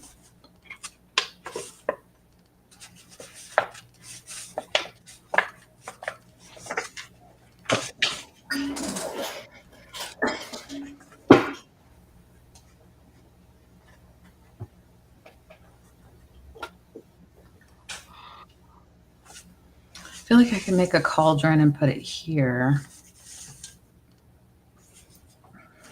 Some black paper.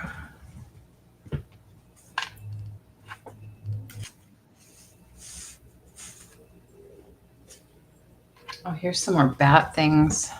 Speaking of bats, had this trim with the bats.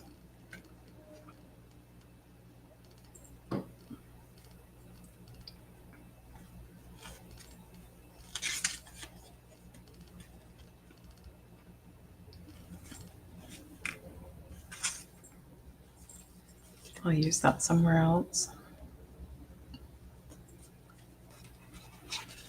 All right, I'm gonna get some black paper, see what I can make.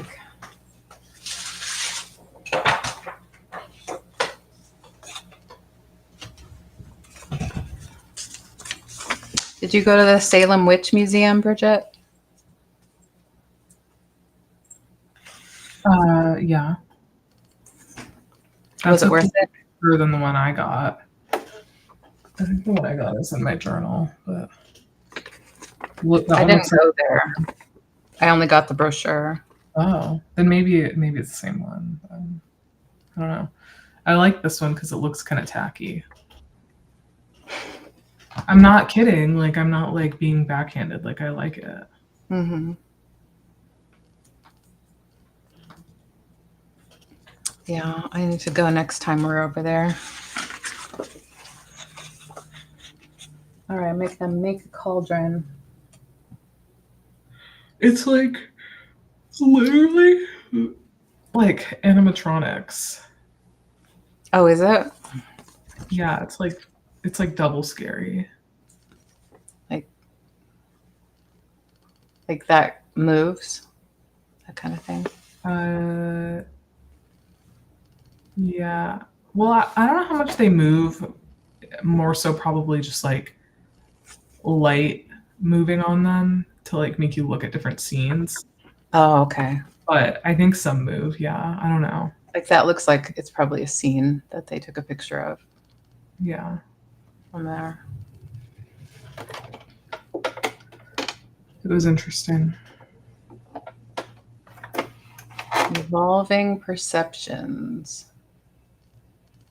Oh, you love the bat lace, Tamara? Yeah, it's cool. I'm going to figure out what to do with it. I feel like you could even sew with this to make it like an edge of a pillow or something.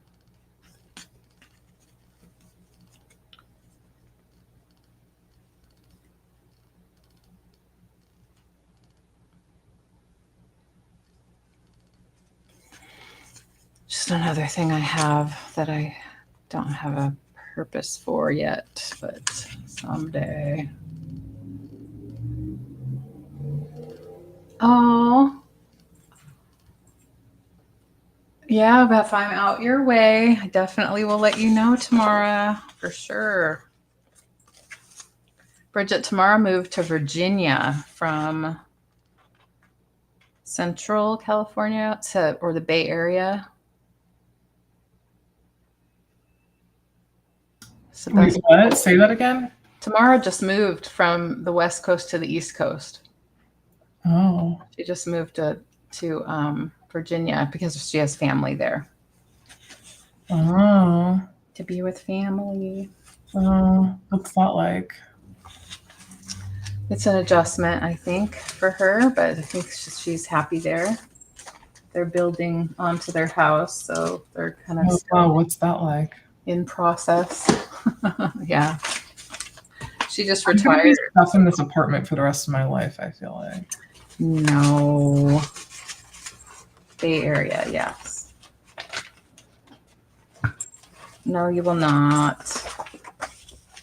There's a cool green.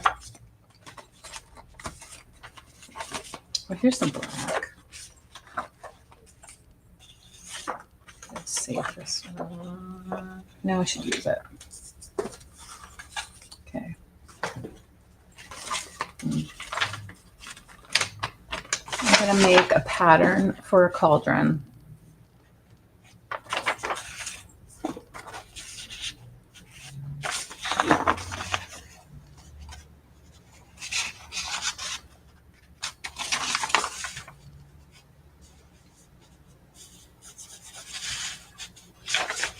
Richmond, Virginia. Yes. Nice.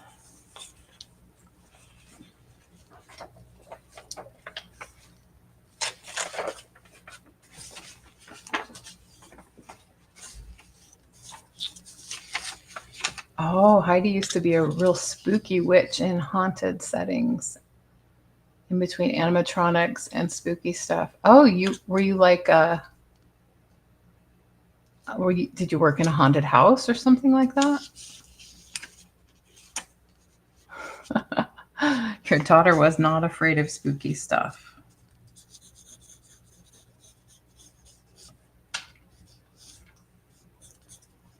All right, I'm gonna try cauldron shape.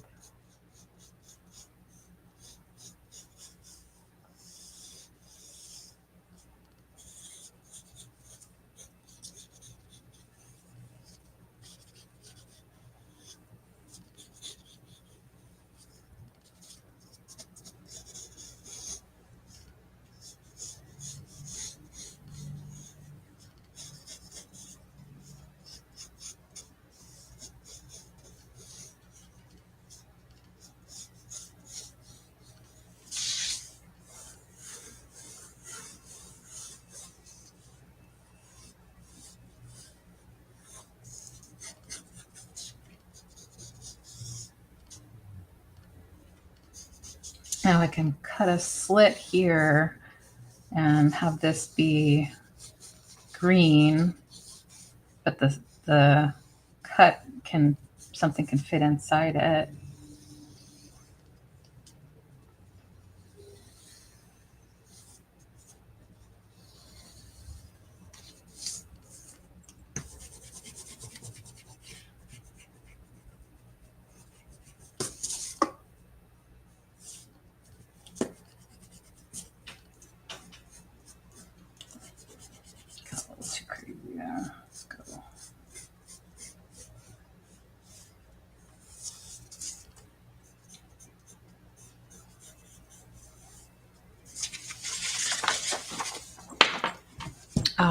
Oh, you're acting.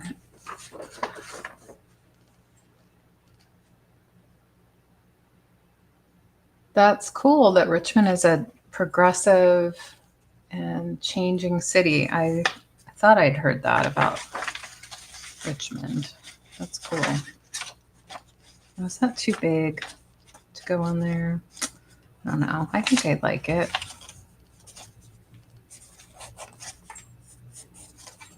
Let's cut it out and see. Yeah, it does sound like fun.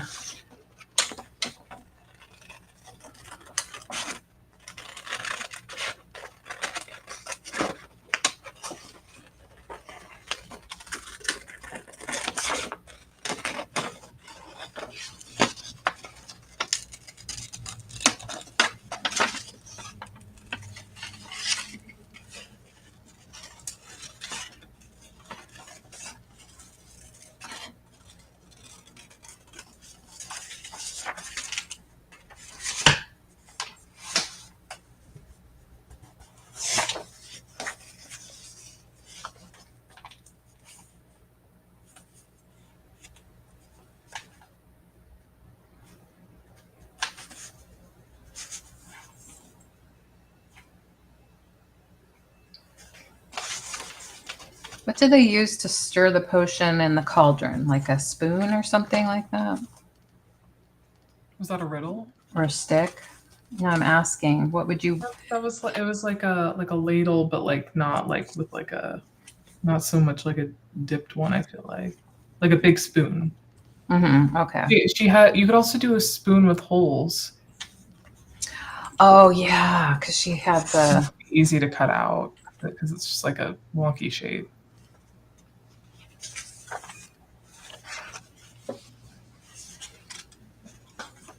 I think you should also not just reference the book. I think you should reference the movie.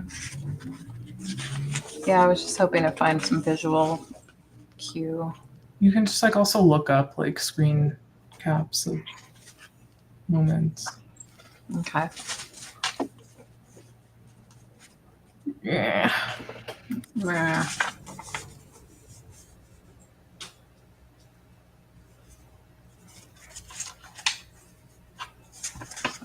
Yeah.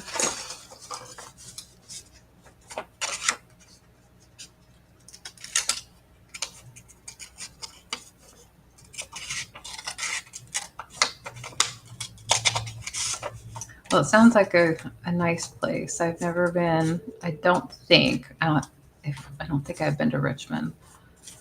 I've been to Virginia, but very briefly on a little tour that we did when Maddie was in 7th grade.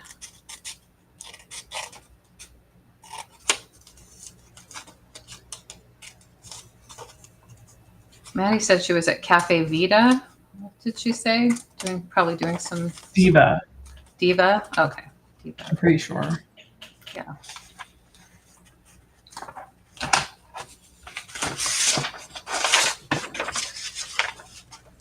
Let's see.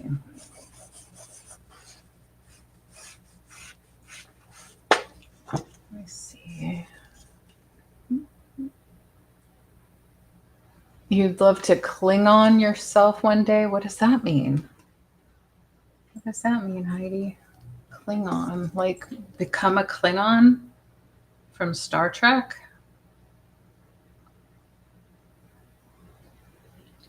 Oh, John sent me a link to how I can add you as a co-host. Oh my gosh. Admin or co-host. I don't know if I could figure that out right now. I feel like my brain doesn't work. I'll have to get him to help me with that next time. We'll set it up for you next time. I'm going to search Nightmare Before Christmas.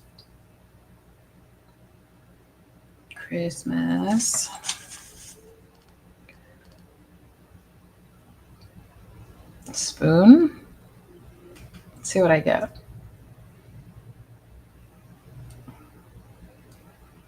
Oh, that's right. They made a bunch of wooden spoons to buy. Spoon in movie.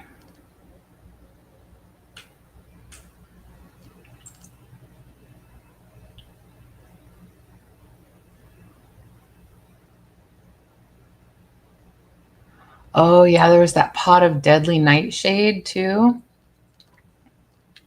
Remember, she's growing deadly nightshade? That's something you could do too. You could like just get like if you have like some like paper plant like cutouts that look kind of like emo, or like you could press flowers yourself and like put them on there too. Oh, I know yeah. that would probably be more of like the user to do, whoever this is going to, but like Right. I don't know, there's like you could do some sort of like something. Oh, she's a Trekkie too. Yeah. That would be quite an elaborate costume to be a Trekkie. I mean a Klingon. So the spoon that I'm seeing is like a flat with holes in it, and he uses it to eat or she uses it to pretend to eat the poison soup.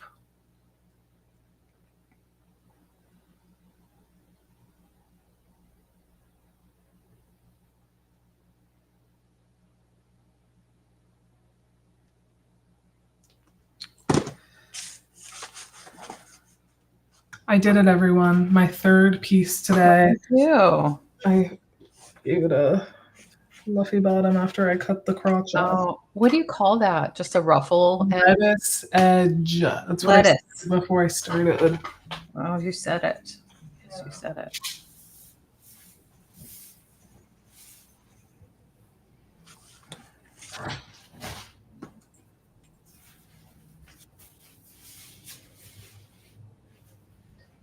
I think I just want to make a spoon without holes in it for this. Do it, girl. I'm doing it. But like after you do it, like you can like punch it out with a hole punch if you want. It's not like you have to draw that part. True.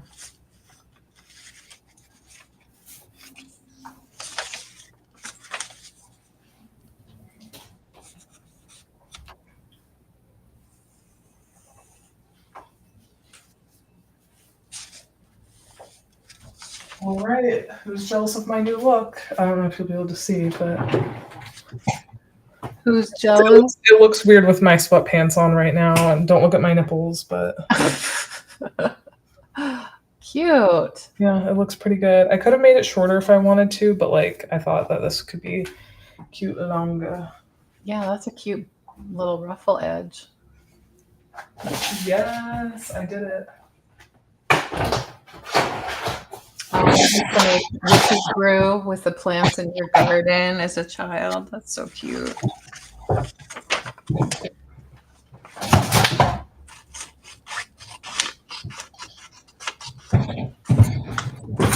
Do you want to see my collection of whatever these are called? Of course. Oh, wow. You have a lot of rotary cutters. Yeah, I don't know why. Do you need any? I have a couple. I need one that goes with this Victorian rotary blade. Oh, I don't know. I mean, odds are one of mine might, but I don't know. It can go in a handheld or a desktop rotary trimmer. This was $10. What? Like, I didn't buy this. I probably got it at the bins, but why would this cost $10? Yeah, we're screwed. Yeah. Anyway, I digress. But yeah, I have this one from Grandma's stuff that's also a Fiskars, but I don't see how this would go in there.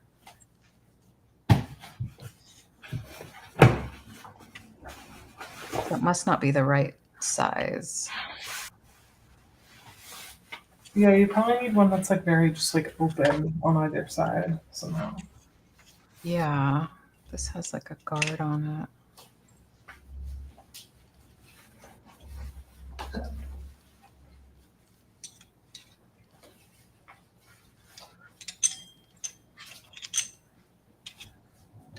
And this is the original blade that I found it with, and it still is very sharp. Works really well. If the audience is interested, next I'm shortening this skirt because it's kind of too big for me, so that's kind of what makes it kind of long, but it always was kind of long. So I'm shortening Okay. the skirt now. Good. Time to shorten a skirt. Yeah, except I wish I had elastic thread, but I don't think I do. Just because this fabric's so elastic, I don't need the movement necessarily, but just to be consistent with what it's made out of. Well, I'm not much of a seamstress, so I don't have any tips for you. Oh, well, that's okay. I probably do actually have elastic thread. I didn't know there was elastic thread, to be honest. That's kind of crazy. I thought you just pick a stitch that stretches. You can do that alternatively. Wee woo, wee woo. I should probably do something. Oh. I'm just going to fold it up twice and sew it. Okay. Okay, be right back, Heidi. What is the Victorian rotary blade? It's just the shape. It's just kind of like a fluted edge or a scalloped edge. I have scissors that can do the same thing, but if I wanted to like rotary cut with it, do a bigger project, I would use that one, I guess.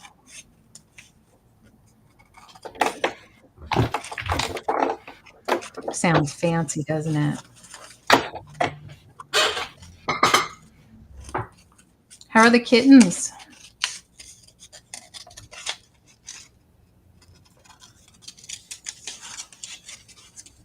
How are the kittens?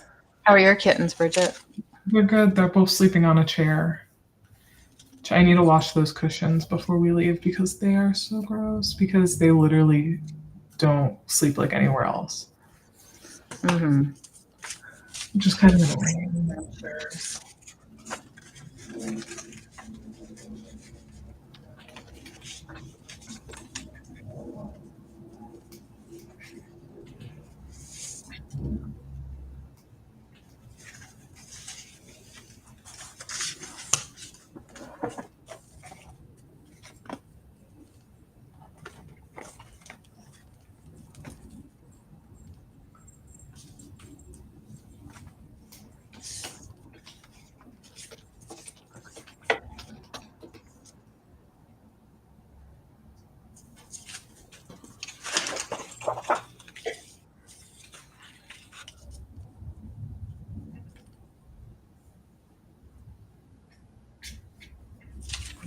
On the other side.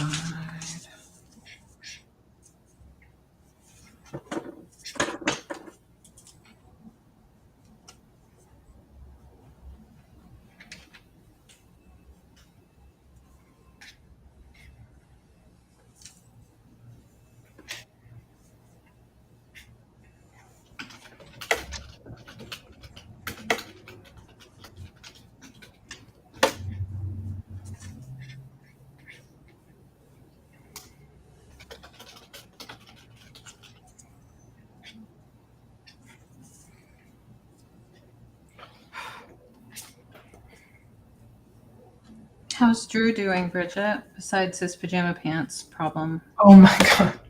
I mean, that's a rare occurrence. That's good. I mean, it's not, because all of his stuff, like the buttons just pop off of all of his shirts and stuff too. I have to deal with that. Makes it sound like he's expanding, but I know he's not. Well, he is working out, but I don't think that that's why. Okay.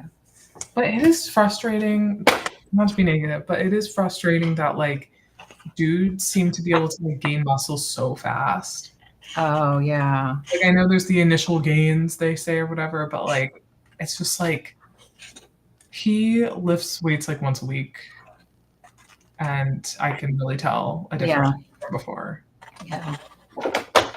Yeah, it's crazy how that happens so fast for them. Yeah.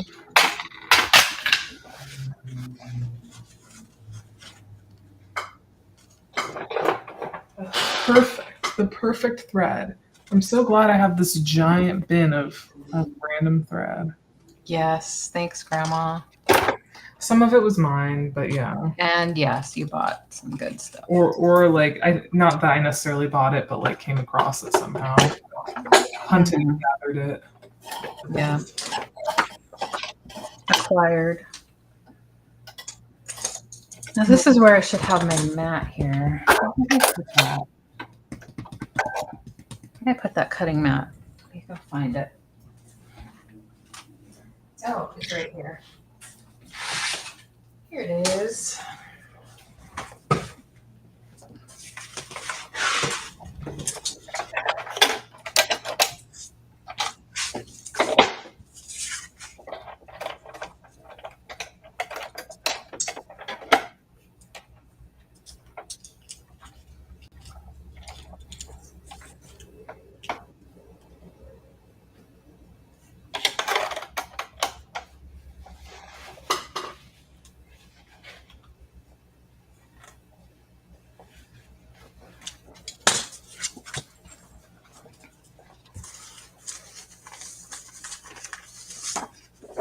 Hi, my crafty adventurers. Welcome. I'm LeAnne, and that's Bridget. Wow. Bridget is mending some clothes and altering and doing some upcycling, I guess. I don't know what you call it. Yeah, I'm just like all the words. Things to fit me better right now. Yeah. What are you up to today, Mr. My Crafty Adventures? Not Mr. Mister? I don't know where that came from. How do you know? Not to assume anything. I think your best guess would be not a man, right? Like maybe. Don't want to assume.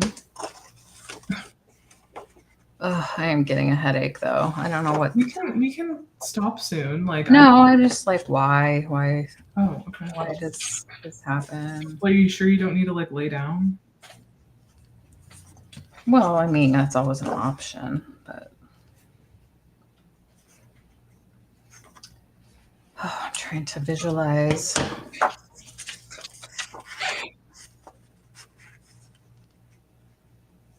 Maybe, oh, I know what I can do. Let's do it this way. Let's do it this way.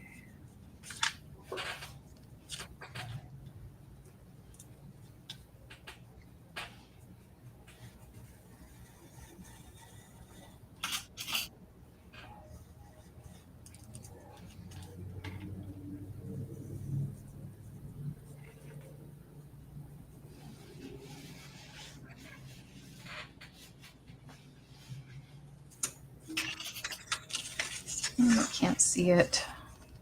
I can kind of see it.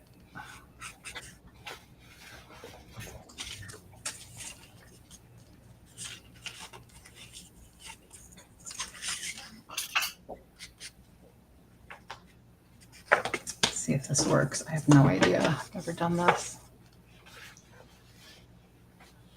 Yeah, we've been streaming for 2.5 hours. Usually I go about 3.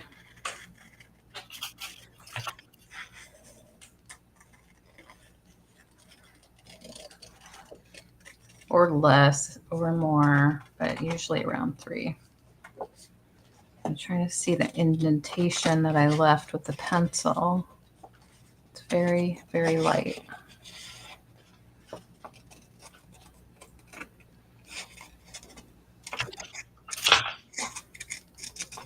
Cut that off.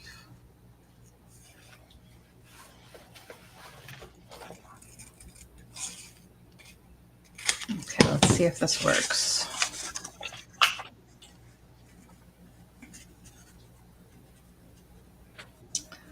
No, I should have. Yeah, I don't know what I was thinking. Okay, let's try that again. I'm on the right track.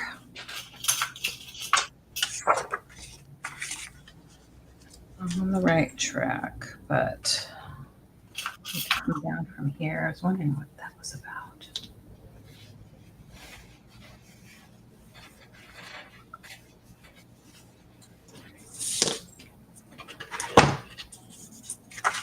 thank you, Heidi. You're so sweet. You do an hour every Sunday and you're exhausted. Oh, yeah. Everybody, I like to share people's channels. Make sure you subscribe to our friends in the chat.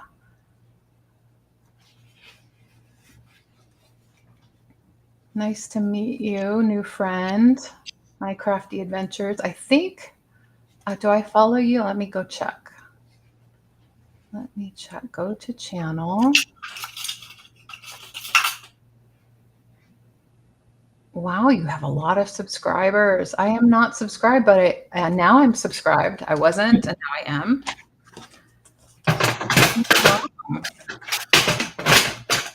I don't even have a channel. I'm just here. Well, technically, if you have a profile on YouTube, that is your channel. I know. But yeah, as far as content, yeah, you're right. I know, girl. Bridget's my girl, my baby girl. I'm your baby girl. Baby bee.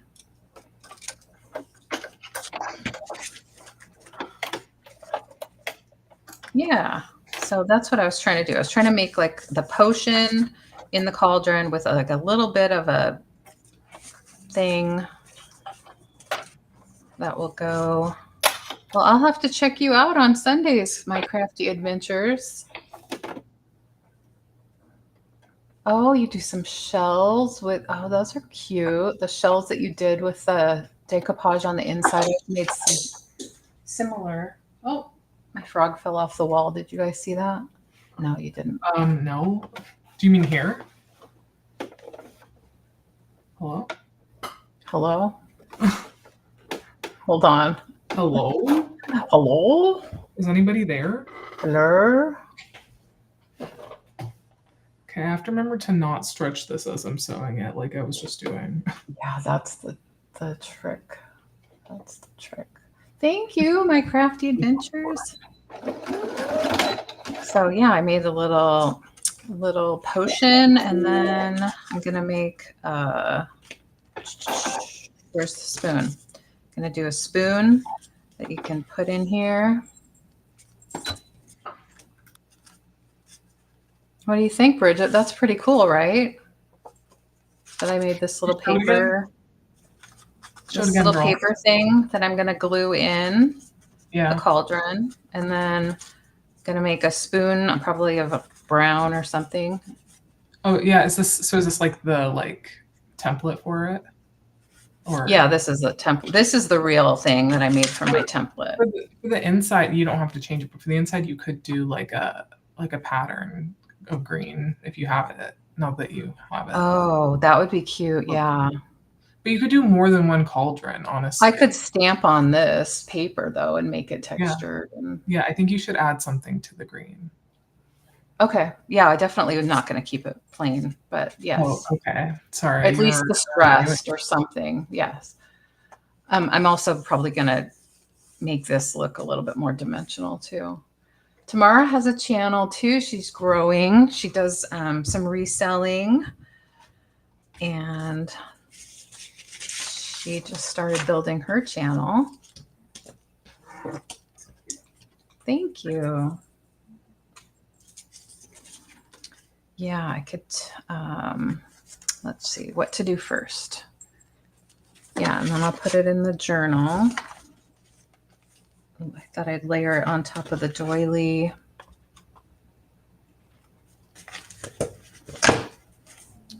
And then this will be some other, maybe I can find a pattern to make the spoon out of. I don't know. Let's just try to vibe. I'll try to vibe with it and see what happens. Let's just vibe with it. So I want to clean up this edge.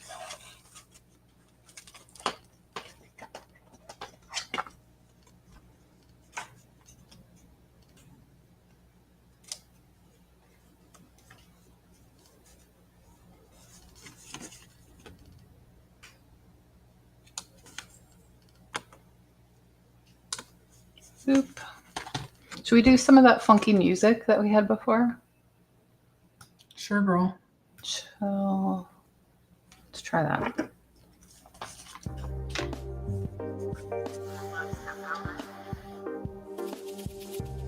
Give or take.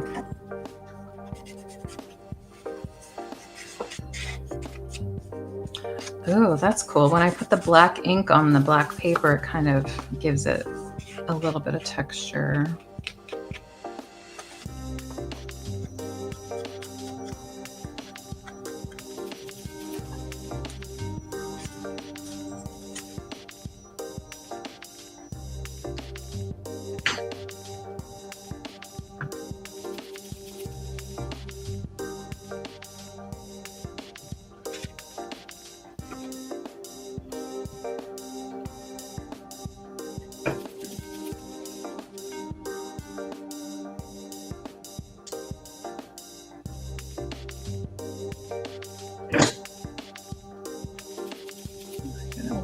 Chat.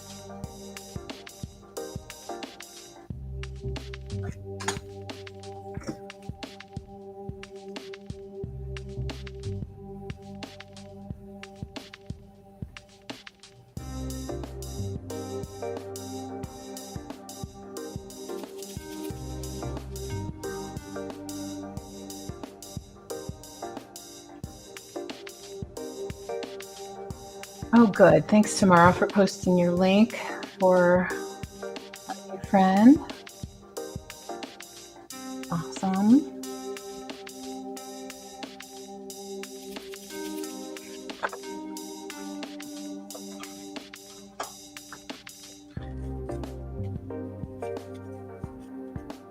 And Bridget says she doesn't have a channel, so don't worry about finding hers.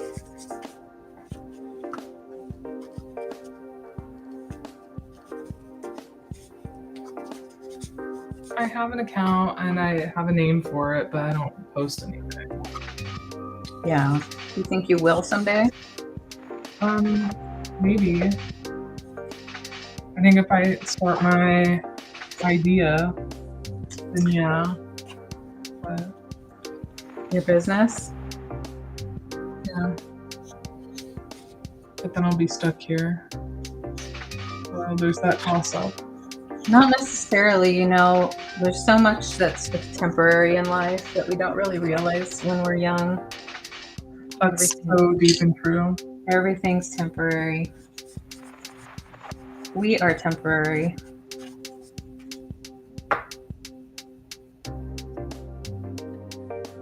Maybe I should do white there. Should do some white.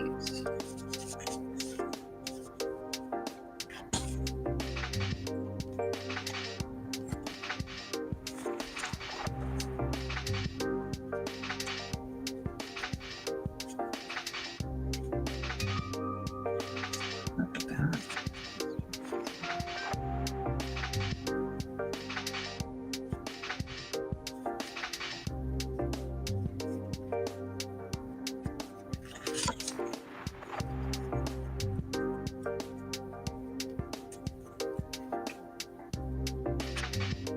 What should I do?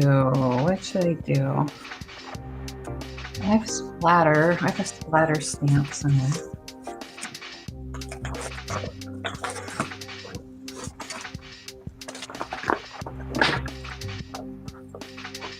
Oh, I found a bat for Heidi. Bat stamp. I love these. I should make some stuff with these stamps.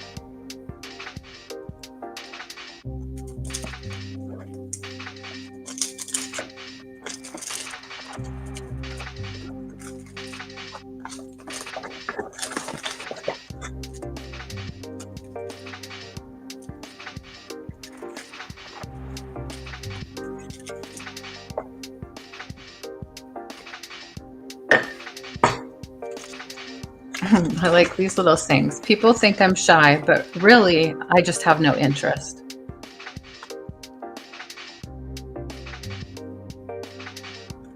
Oh, flames at the bottom. That would ground it too. Yeah, thanks, Heidi. That's a great idea. did it. It's shorter. Oh, I love that pattern. That's cute. Oh, awesome. Yeah, I didn't. It would be great if I could iron it, but it would also just like iron if I wash it. So I'm just gonna put little tacks in it to secure it. But yeah, Nice.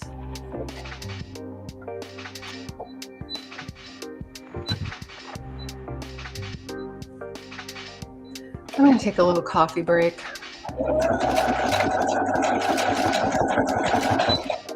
Oh, you need that stamp, Heidi? I mean, my crafty adventures. People think I'm shy, but really I have no interest. These are pretty sarcastic. Not only does my mind wander, sometimes it walks off completely. I know the voices aren't real, but they have some great ideas. Right, Heidi? We were talking about that kind of thing earlier. It's behind me, isn't it? Today was great until people. That's the sarcastic one I was talking about. Candy, what candy? What kind of candy do you like, Bridget? What's your favorite? Wow, what a nice question. I like peppermint patties. Oh, yeah. And I'm kind of less into Reese's these days just because it tastes kind of like too much. Like, for me, it's too sugary, I get a headache. Even though I'm sure peppermint patties have like almost as much. I like the fresh peppermintiness of it all. Yeah. I don't know. That's kind of just my default. Oh, I like M&Ms and like peanut M&Ms. Oh yeah, peanut M&Ms are just so addictive. Yeah. Oh, this is what I should have used for the cauldron, right? Well, I mean, I did probably put the neon green in your head with like. You did. That being in the but book. That's okay. I think I like the green. Like, I'm interested to see what you do with it. Yeah, I was just thinking of like randomly stamping like splatter on it. I don't know. Let me start with inking the edges, and that usually gets me started. I think it's the same color green as that bottle that I made. Could be. Where are you, bottle? Where are you? Yeah, it's the same color green.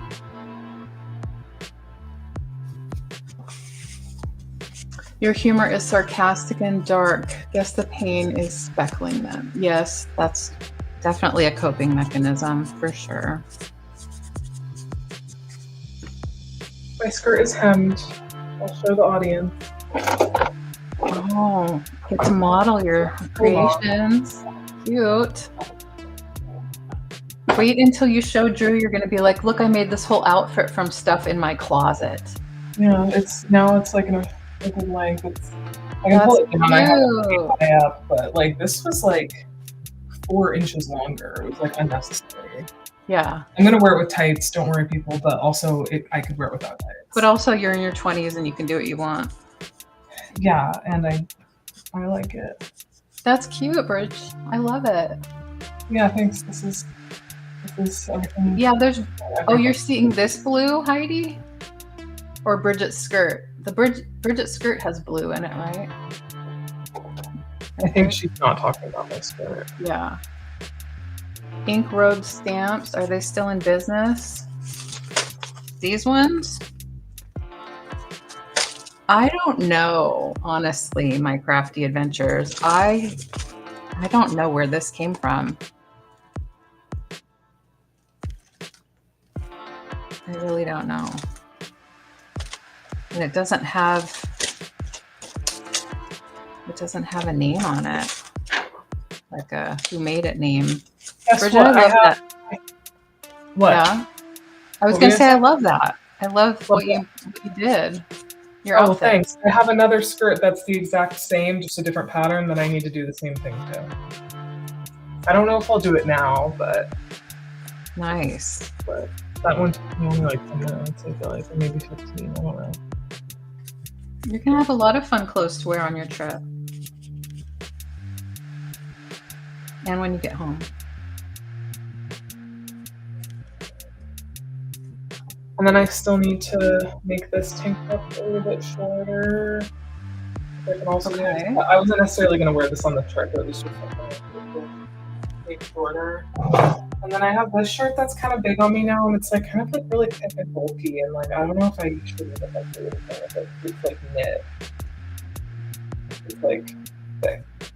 I think your voice is cutting out. Maybe the microphone positioning or something. But I missed what you I were don't have a trying to say. microphone. Well, it's in your computer, right? Yeah, I know. Well, just get a little closer to it and say what you said because I didn't know. I what said you I don't said. know if I'm gonna do anything with this because it's thick, but I don't like the way it fits, so maybe I should just get rid of it. I don't know. Oh, I see. Yeah. It's like a nice thick fabric. I don't know. If you want it, it would probably fit you, but I don't know if you need anything thick. No, I don't. I tend to need thin things now. That's what. Yeah, it's kind of like there's kind of a stupid purpose.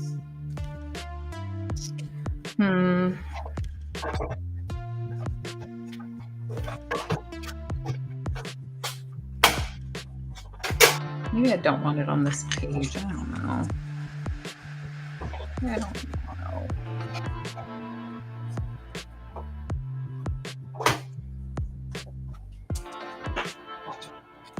Yes, Heidi, I do too. And Bridget has always loved to do that too. Thrift clothes and just make them more me. Get them if they're falling apart. Yes.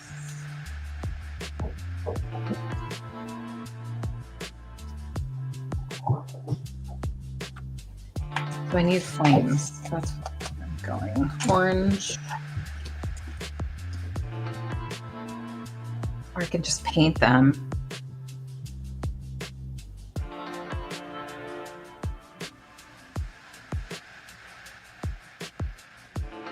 Paint them.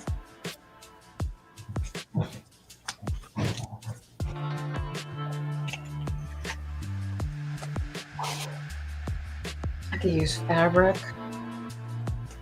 like orange, some kind of orange fabric. What do I have?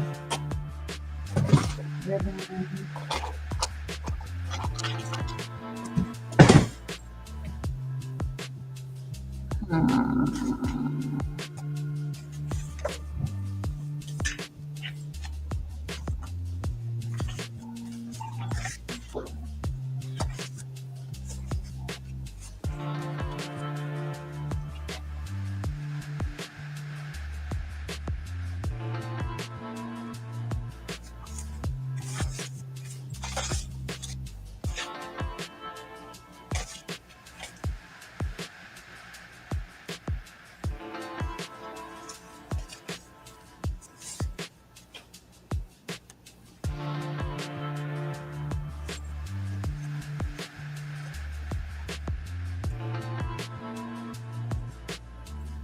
You're looking for a vintage bed sheet to make a dress out of. Yes, I've seen where people do that. That's awesome.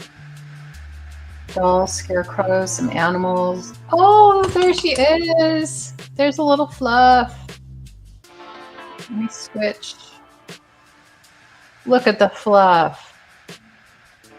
Look at it.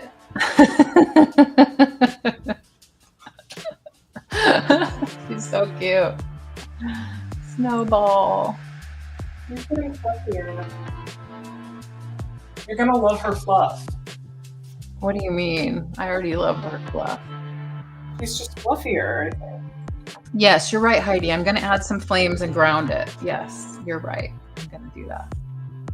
Heidi says, hi, kitty. Cute.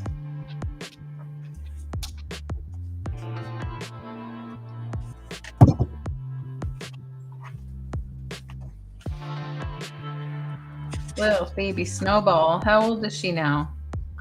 I mean, 1 and something. I don't know. Yes. One something. I think she was born in February of last year. She's still very much a kitten, right? She definitely acts like that. Yeah. Her name is Snowball, right, Bridget? She has a longer name, though, right? Yeah, her name is Snowball, but yeah, I call her a lot of things.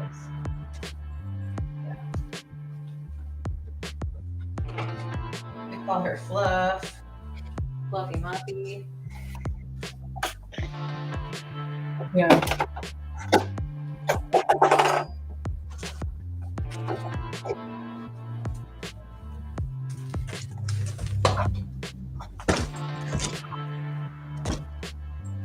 Some fabric.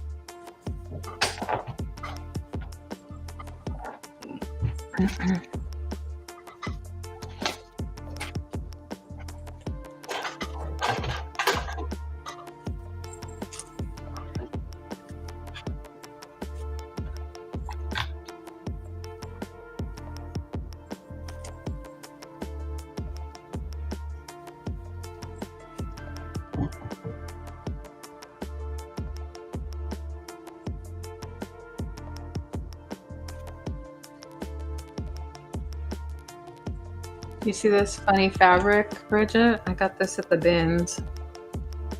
Oh, that's Uh-huh. cute. I don't Maybe know. Ashley would like that. Is there Yes. on it? Like this, it doesn't look like that corporate.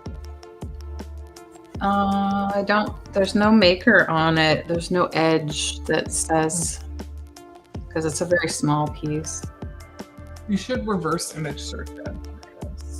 It could Okay. also be like someone stole it, but it's Could be. hard to finish. Like, that's what they do, honestly. Yeah. It's pretty cute.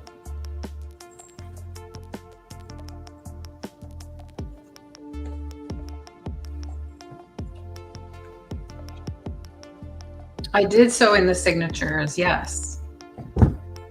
At first I didn't because I was playing with sewing parts on my sewing machine. So I wanted to be able to slip them in and out. So at first I had just some elastic bands holding in the pages like that. And also I was kind of playing with the order of the pages. But then I did finally sew them in. And they go right here. I did 3-hole pamphlet stitch. 1, 2, 3. It's a little hard to see on this fabric, but yeah, I've done quite a few like this, the little golden book ones. We were talking earlier. My friend Julie and I did a tutorial on making them. A tutorial series, and that's on my playlist.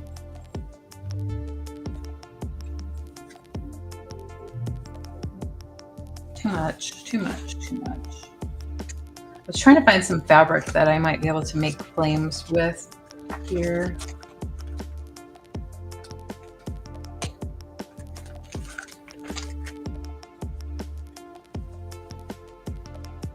Feels too risky to paint them on. Oh, what about, let's see, I have so much to work with. Let me check my pattern paper and see if there's something interesting here. Let's see. I have this guy. Anybody know this guy? Oh yeah, please check out the playlist. There's little golden book, junk journals. what's the name of the playlist on my channel? Playlist is called Little Golden Book Junk Journal Tutorial Series. And there's 8 videos because we did an 8-week, once a week thing. Basically showed our way of constructing the little golden books, which is also borrowed from other people that I watched.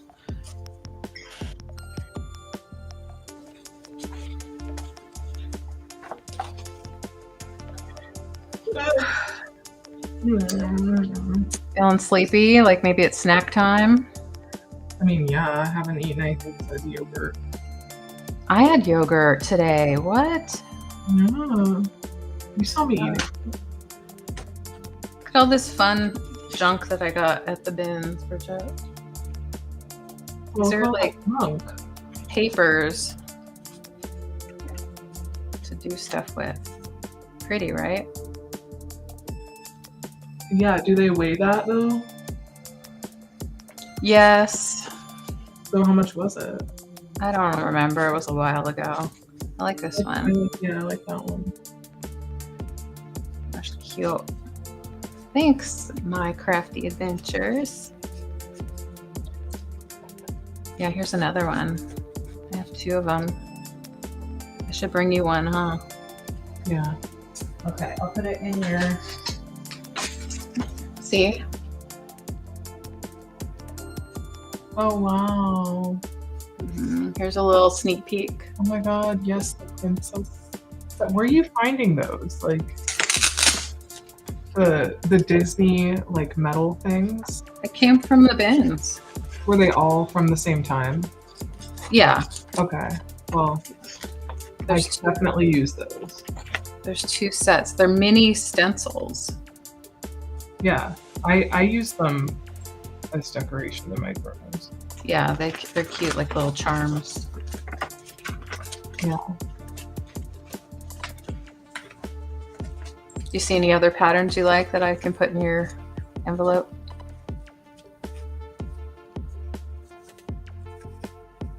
Right now, do I see any others?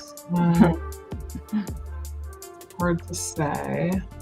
Yeah, I know. A lot of them are very tacky, though. They are. It can They be are.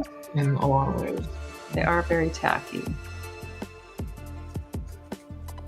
That's why I wasn't sure when I first found them. I'm like, should I get these? I don't know. By themselves, they're tacky, but I think they could work into other things. Like, isn't that the point of junk journals, to be tacky?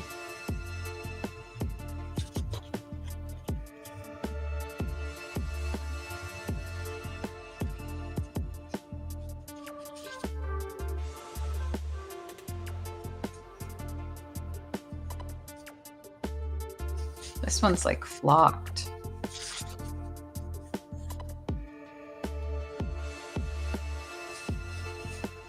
What bin? What Goodwill bins. That's where.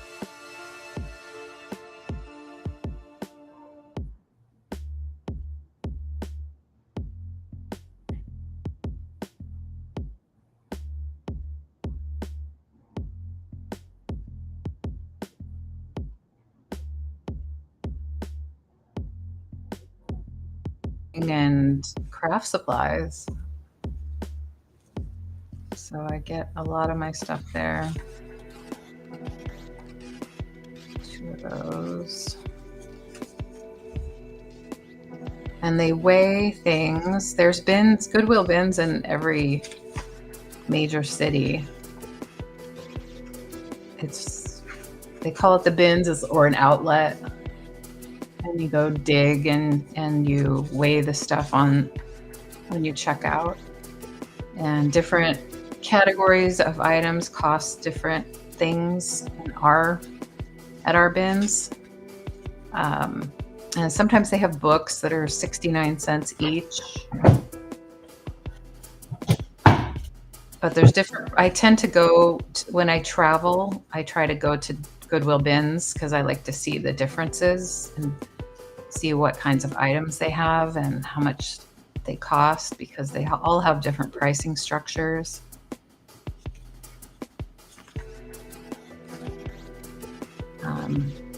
Most other cities that I've been to are less expensive than here.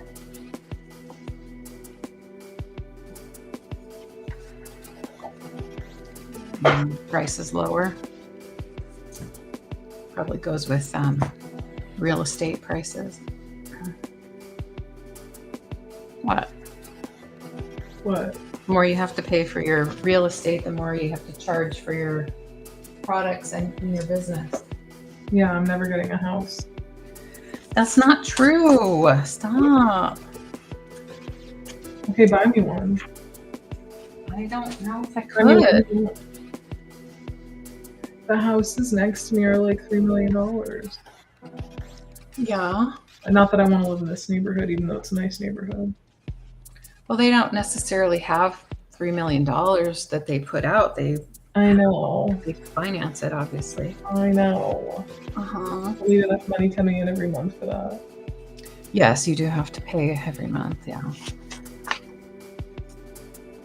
Who is this guy? My Crafty Adventures needs to run. I feel like we should all run. Oh, okay.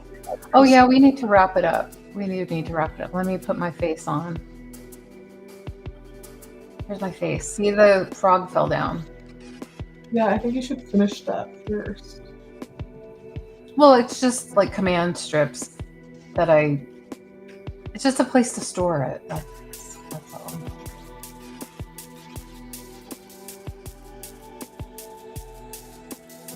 Yes, so nice to meet you, my Crafty Adventures. Did you say your name? Is it Caroline? Yes, Caroline, yes. Oh, I missed it. I'm so sorry. Caroline, I'm going to write that down. I'm writing things down so I don't forget. My Crafty Adventures.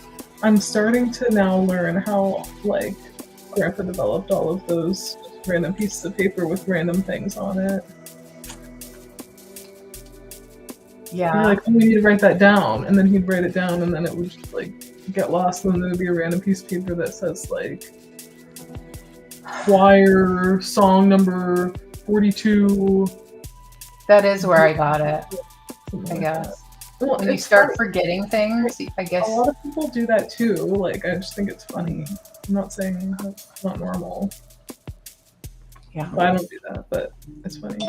So when I'm gone, you're going to find all these random pieces of papers that say different things on it. Yeah, and then my non-existent children will do the same. Your non-existent children. Yeah. Yes, thanks for being here with us, Heidi. Thanks, Caroline. Thank you so much for the love. Thank you, Tamara and Terry, if you're still here. And who else was here? Kathy Wiseman was here. John was here briefly. Maddie was here. Maybe Maddie's here still. I doubt it. Anyway, we'll do this again next week. And Yeah, and then the week after I'll be gone. Okay. And the week after you'll be here, and it would, I don't know if it would work.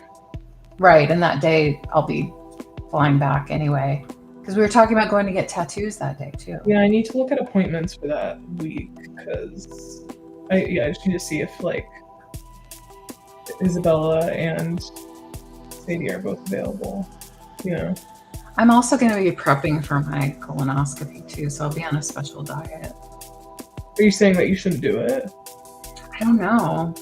I think I should. Why not? I mean, I'll up just to be on you. low fiber. I'll just be eating white bread and rice and chicken. Yeah, I'll just look and see what's possible. Figure it out. Okay, sounds good. Oh, Nettie, thank you, everybody. Take care. See you next time.